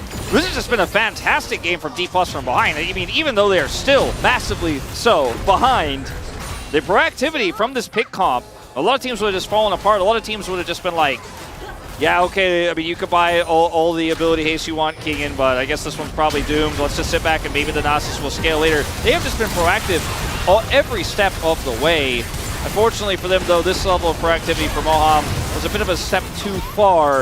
And then you see the rotation instantly come from Keen. You can see him on the mini-map. He is rotating up, so there's not much of a way out. Canyon has had a fantastic Skarner game here. The Charm does buy a lot of time, and you can see, like, aiming really is starting to pump out some damage here in these exchanges. He just survives, fortunately for him, which allows him to come over here for this contest. And look at the turn here. It's Swift from the side of Gen G, but so much damage is done to these Gen G members that when Lucid respawns, they decide not to take the Baron. As they're grouped for it, once again, Lehens no vision. Yeah, and there it is. This time Lehens opening himself up to get picked, just kind of running into the brush. Meanwhile, we got a 1v1 in the bottom side. We're going to see who wins this one. Looks like Nasus by the end of it. Keen gonna get withered up as well, and he has nowhere to go. It's a shutdown for Kingen. All right, you get a kill on a rogue Lehens. You get a kill in the 1v1. The Garen not having the big lead that Chovy had last time against Showmaker. And Kingen, he is truly starting to become a big threat inside. So he's looking for that turret as they get mid-prio as well. And these shoves just keep hitting. And Gen G, their engage is pretty good. They have this Skarner, they have the rel, but if they lose map control like they do with these picks, it becomes so difficult to even defend their turrets as Kingen is shoving this in. Is it going to overextend? Dragon's up in 20 seconds here. They cannot give over. Soul point here to Gen G. Buying some additional time for this Nasus would feel amazing. as well as Showmaker went for the Horizon focus second. Will be going Leandri's third. So it doesn't have the same sort of burn damage he's going to want, obviously, ideally, until he gets that third item when these picks come through. But this is just greed from Lehens. And look, I get it, you're massively ahead in this game, and it felt unlosable. And you want to get Baron, you have that control ward set up, but don't face check that one. Ends up getting punched, and then Keen gets withered. The Qs are really starting to hit, because even though he doesn't have a lot of items, he has a ton of stacks. We have a setup here for the Dragon. We've got all 5 members on both teams, but Showmaker has got first push in mid. That's going to force Chovy back here to try to clear that one out. But, I mean, yes, Gen G still ahead. I feel like Peas especially is in a really good spot. He's got 3 items, and the game has just been so crazy. Like Gen G have been all over the place. DK have been picking them left and right, taking some risks. They've been paying off. But I really want to see what a real team fight looks like, because we haven't really gotten I don't know if we're going to get it, because Lucid does not know it's in that brush. Okay. All right. Maybe we do get it. Maybe we will, but Chovy says no. Mid. Yep. And well, I'm trying to force an engage, trying to force something. They know that Kingan's on the right side. And again, in the 1v1, Keen has to be very careful about trying to take that against the Nasus. It's not going to work out. So once again, we reset positioning. Last cone to get over the wall. And a reset on the Dragon as well. Trying to punish Kingan's flank here, but he just keeps walking back. Moham, though, isolated.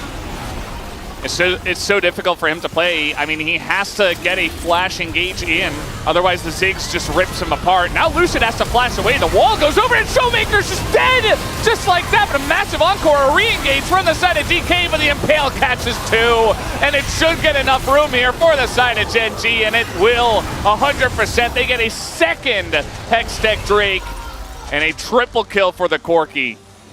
So close to greatness every single moment here in that fight. Like, the constant flanks from Kingan. He's trying to set up a wither there onto a prio target, use his ult there as aiming, and Moham get that engaged, but Moham is just constantly poked.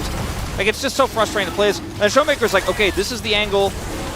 Ziggs put the bombs down, circumvent that, go around. But unfortunately, just isolates himself, knocked off the wall. And yes, it's a nice encore through here, and Lucid comes in with Moham. Like, this Seraphine is just not going to offer enough damage alone, not at this stage of the game, and maybe not at any stage of the game, as this is also going to be Gen G taking Baron in live. Soul point for Hextech Soul. And man, it has been a good and fun run for D+, because I mean, we've been watching this team flounder throughout the entirety of the early game, most of the mid game, and starting to make some picks happen in sides. Starting to feel like this Nasus is online, and then just a crushing team fight there, as they're just unable to deal with the Ziggs poke. The one champion that's been the biggest thorn in their side this entire series is once again just proving to be difficult to handle. He has Zhonya's, as like game 1, itemized defensively. Don't get caught by a Seraphine Charm, don't get caught by a flip. Yeah, it's you know, it's a bit of both. Goes for the extra damage early, no tier once again, but the Zhonya's perfect into Vi and Leona. And yeah, now he's going to have the follow-up of even more to puncture through some of the tanky stats, especially of the Nasus, who has the Spirit Visage. And, you know, the Ziggs was even better with the Maokai, but he's still really good by himself and with a team behind him. So there's the Satchel. Down will go that inner. And they have 6 turrets down. D+, eventually sitting back here in the base, is going to get worn down by a very threatening Gen G Baron, and it's hard to pick when there's no overextension. This is the Baron buff as Lucid's going deep. Yeah, he has to try something, but the Zhonya's is there, and he had the Satchel set up. He knew the engage was coming, and now the Flash Impale in this game, in this series, is just over. Gen G are not pulling any punches. Showmaker desperate to try to take down Chovy, King and the last remaining member, but they have a wave in top, and Gen G will showcase why they are by far the best team in the LCK at the moment. Few hiccups, a few great punishes from D+, but the lane swapping Ziggs does them in. And it's 25 kills to 16, a very, very bloody game, but not for one moment were Gen G not in control. Sure, they lost some side laners. Sure, there were some mistakes from Chovy, some wasted teleports, and some very proactive plays from Gen G, but the composition stood tall, and the Ziggs poke ultimately win that dragon fight that gives them control to take Baron and take the series 3-0. They will be moving to round 3 of the winner's bracket. And man, Gen.G, the dominance just doesn't seem like it's ever going to end. Yeah, certainly not today. I feel like they really just ran DK all around the series. Poor Kingen didn't really get to play Game 3, and I mean, he had his moment on Olaf in Game 2. That was about all we got to see. You know, there were some moments, as you mentioned. You know, DK had some nice shining moments, some plays from behind, but it's too suffocating to play against this team. You can't ban everything. We're not 5 years in the future where we have 5 bans to start off each draft, right? It's just 3 bans, and it's so difficult to draft against this team. DK, I hope they're not too down. They're still a very strong team, maybe not quite on Gen.G's level at this moment, but they have a second chance in the double elimination. They'll play off against whoever loses Samara. I do want to give, I mean, obviously D+ are not eliminated. They will be in the lower bracket now, but I do have to give them mad credit for, you know, staying pretty resilient in that game. I mean, Kingen, when I saw him buy the ability haste, I was like, I mean, I don't know if this is going to be worth it. I don't know if this is going to be the right call. And I felt like he was just like, I don't want to say trolling, but basically being like, this is what it is, and I'm not going to buy real items, and we're doomed, and it's over. But he stood the course of time, queued a ton of minions, and even down a level on his opposition, on the Garen, solo kills him, right? I mean, he's playing incredibly well, ends up stacking well, ends up being relevant, picks up the Visage.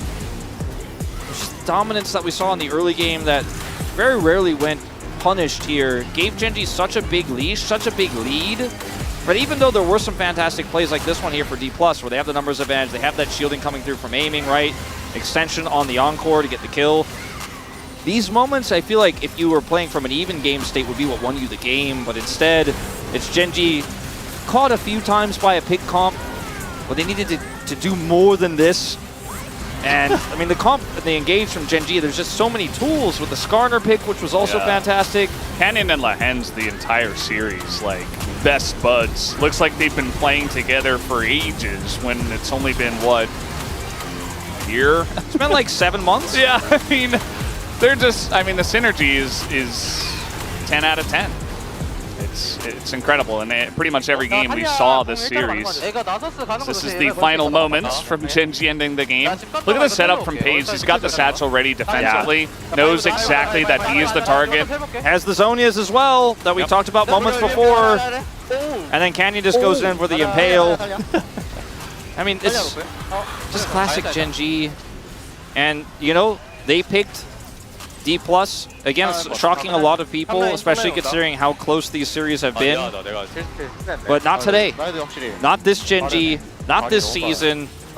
And they showed that, you know what, it was absolutely the right choice. Yep, 16th match in a row, right, for the side of Gen.G. And, you know, the one team to take them down first in summer. They did win the one game, and unfortunately, that wasn't enough. And Gen.G take the 3-0. I was hoping for a little bit of a closer series tonight, but instead we just got peak Gen.G. There were really no big mistakes. The drafts looked incredibly suffocating. The play was generally very solid. I mean, Game 3 got a little bit wild at times. Game 2 early was a bit iffy, but at the end of the day, they still reigned supreme. I mean, we saw a lot of cool picks. I think the series was very fun. It was very enjoyable. And D+, I think, definitely learned a lot. And maybe they can utilize that in that lower bracket match. Maybe they can make that run to Gyeongju. They didn't get it today, but they're not out.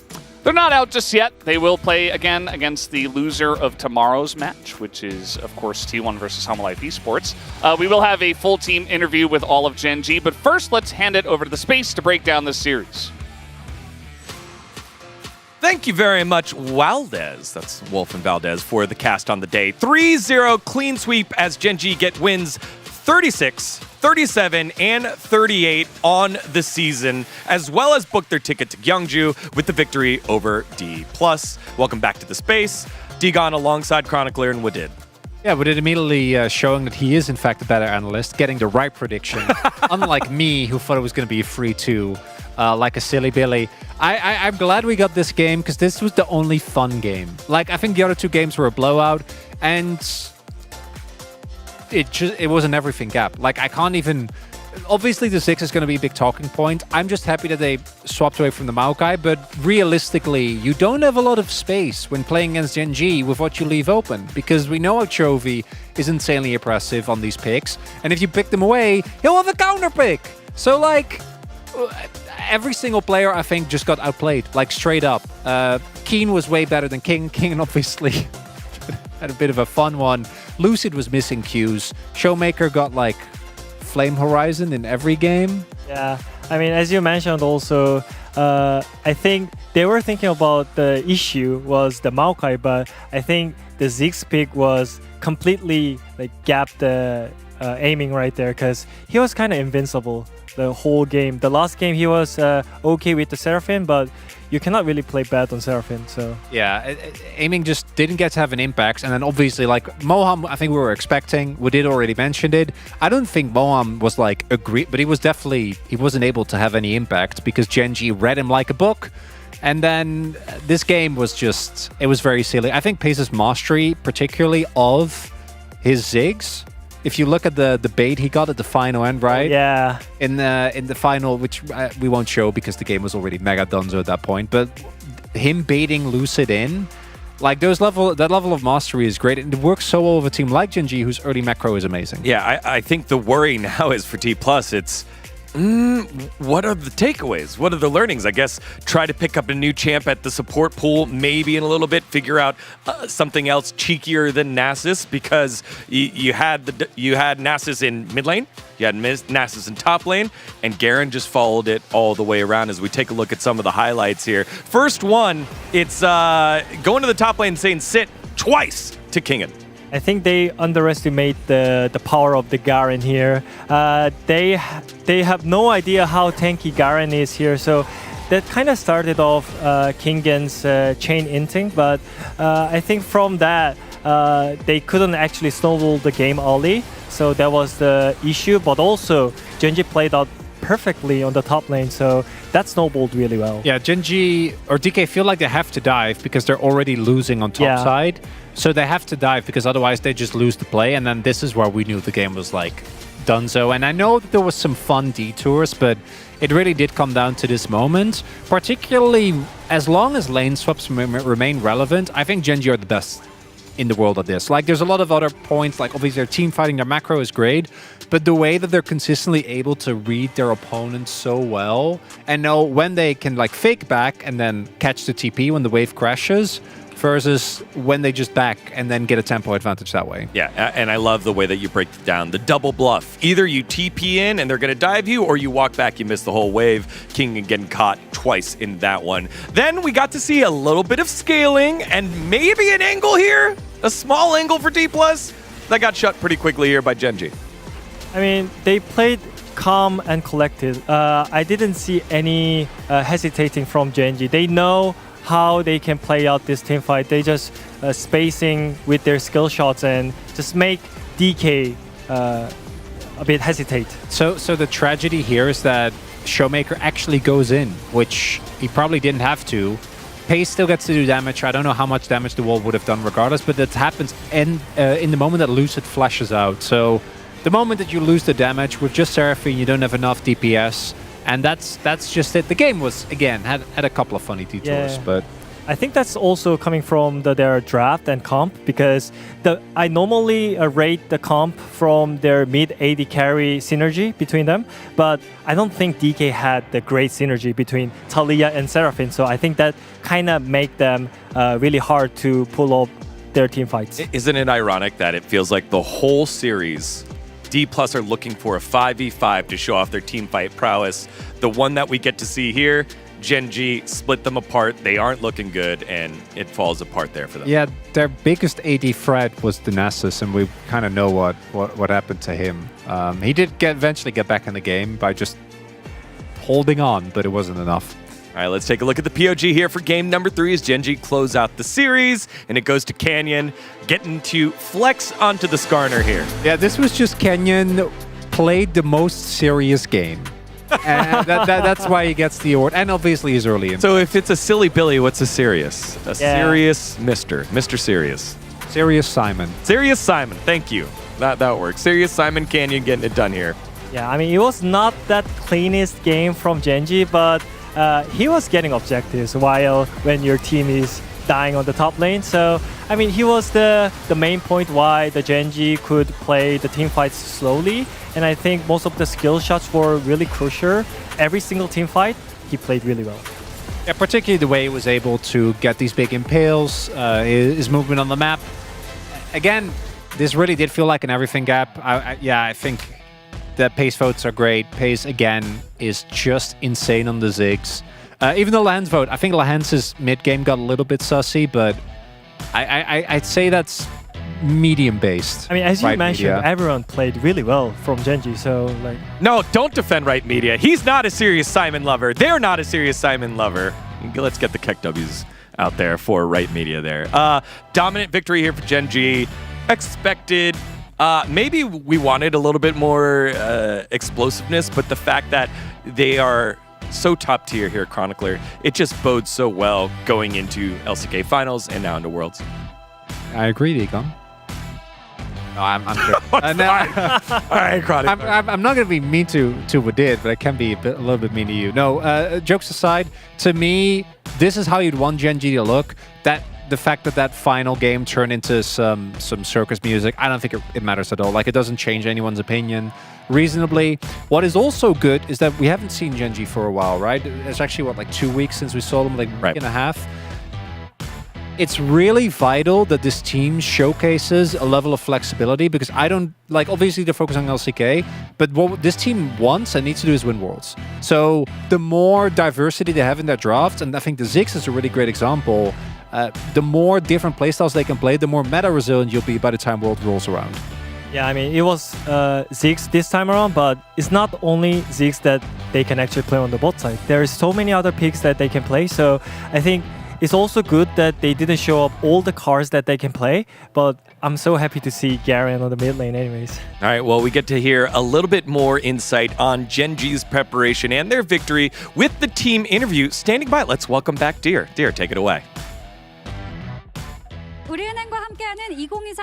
Thank you very much, guys. This is Deer for the post-match interview translation, joined by Genji, the winners of the first match of Round 2 in the 2024 LCK playoffs, brought to you by Woori Bank. Let's hear from Keen, Canyon, Chovy, Pace, and Lihens. Congratulations! I can't really tell if our players are smiling. Are you happy, Keen? Are you smiling? Yeah, I'm very happy. What's the meaning behind the sunglasses? So with the team emotes, we have prepared a little bit of an event here with the sunglasses. I think we were just instructed to do so. We're competing to be the best team emote. Keen. So it looks like you're the first ever top laner to play 700 games. So how does it feel to win that game with the winners bracket on the line? Yeah, so it's been 7 to 8 years since I started my career, and I feel like it's just so surreal, and I'm really happy, and there's so many emotions going through my mind just being able to play for so long. Let's give it up for Keen. With a long career. And you faced Kingen, who brought out some diverse picks such as Malphite and Olaf. So how was playing against them?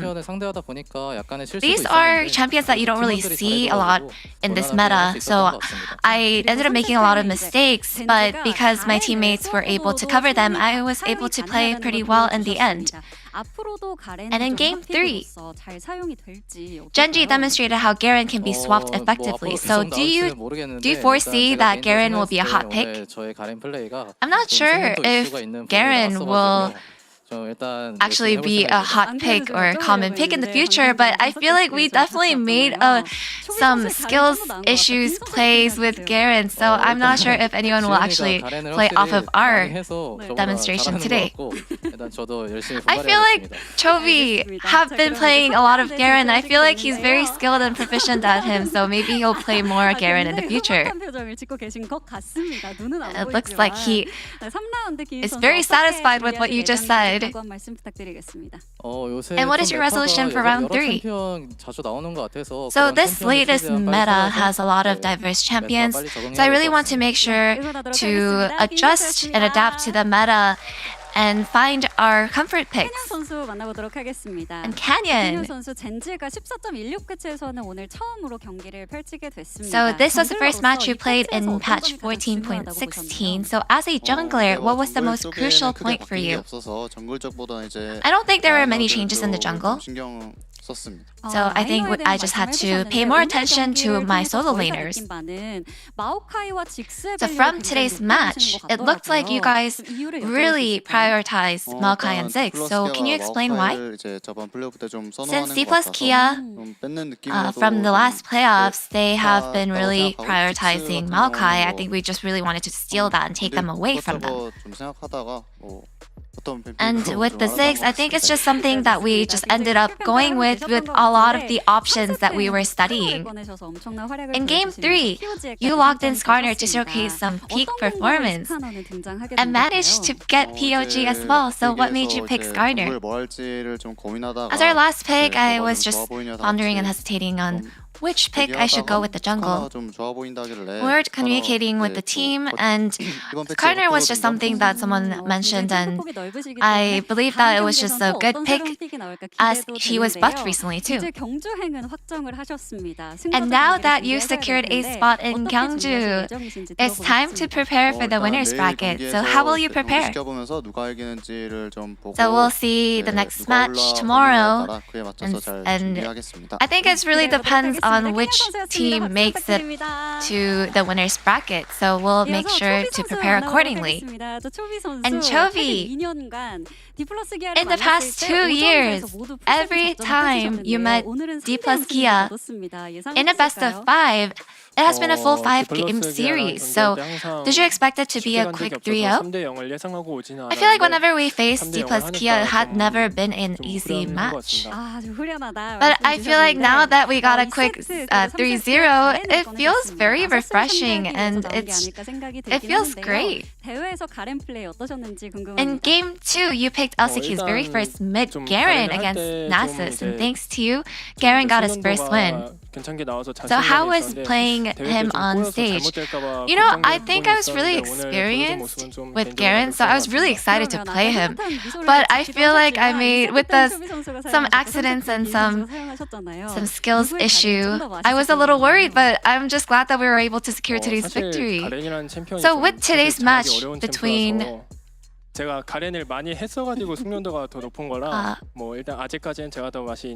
regarding Garen, I feel like I just maybe need a little more experience with him to be able to play him in the future as well. And so tomorrow, you will meet whoever wins in the match tomorrow between Hana Life Esports and T1. So who do you want to meet? You know, it doesn't really matter. I think it'll be fun either way. And we will enjoy watching tomorrow's match. And Paige, how do you feel to advance to the winner's bracket? I was quite satisfied with my gameplay today, and the quick 3-0 victory makes me very happy. And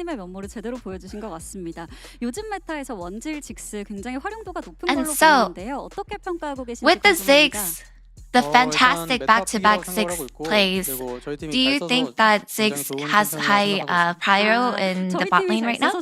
Yeah, honestly, Ziggs is a really good champion right now in the current meta as a bot laner. So I believe that we'll continue seeing him in the bot lane. And what's your resolution for round 3? 내일 경기 보면서 잘 준비하면서 I want to make sure that to keep up our form, the exact form that we were able to showcase today, and show you guys an even better gameplay in round 3. 리엔즈 선수 만나보도록 하겠습니다. And lastly, let's talk to Lihenz. Looks like that hat suits you very well. So not only did you earn the first ever 5,000 assists as a support, but you also advanced to the winner's bracket. How do you feel?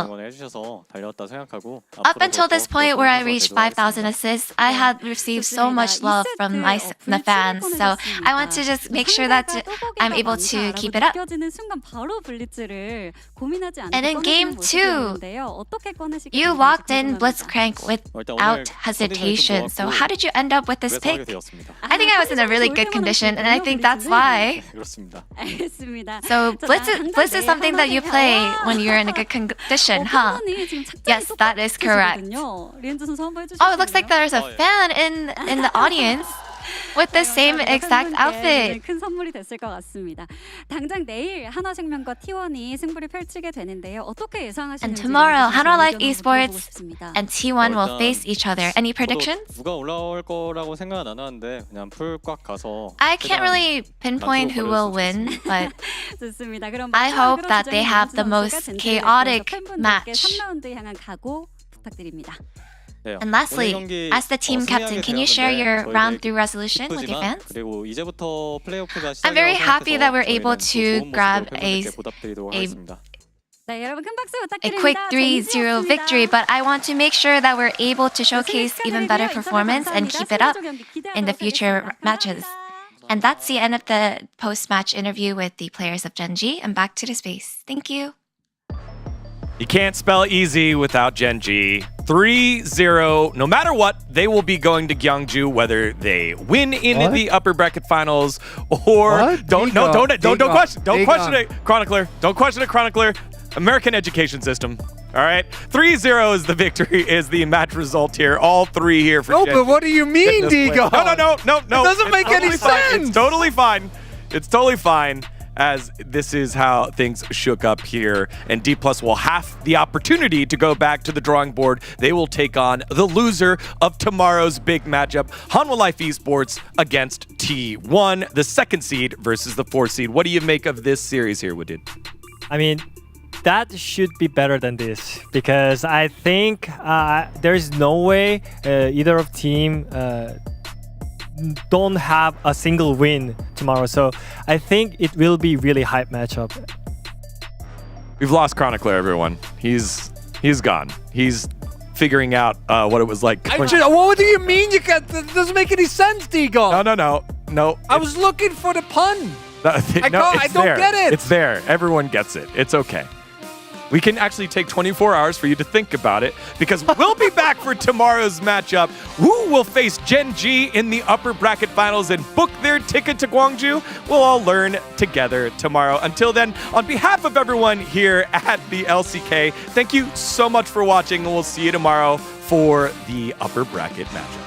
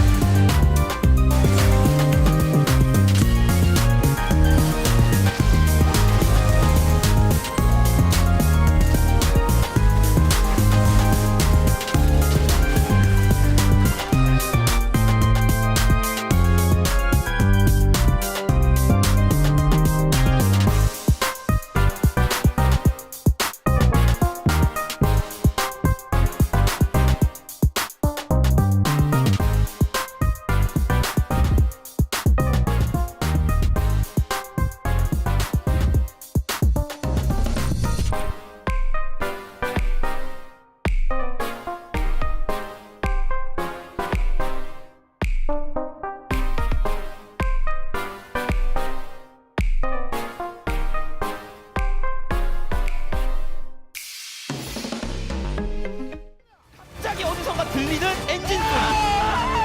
화약 향이밖에 자욱합니다. 부진은 있어도 몰락은 없습니다. T1 승리합니다. 본인들만의 색깔을 살렸던 경기들이 확실히 좋다는 생각이 들거든요.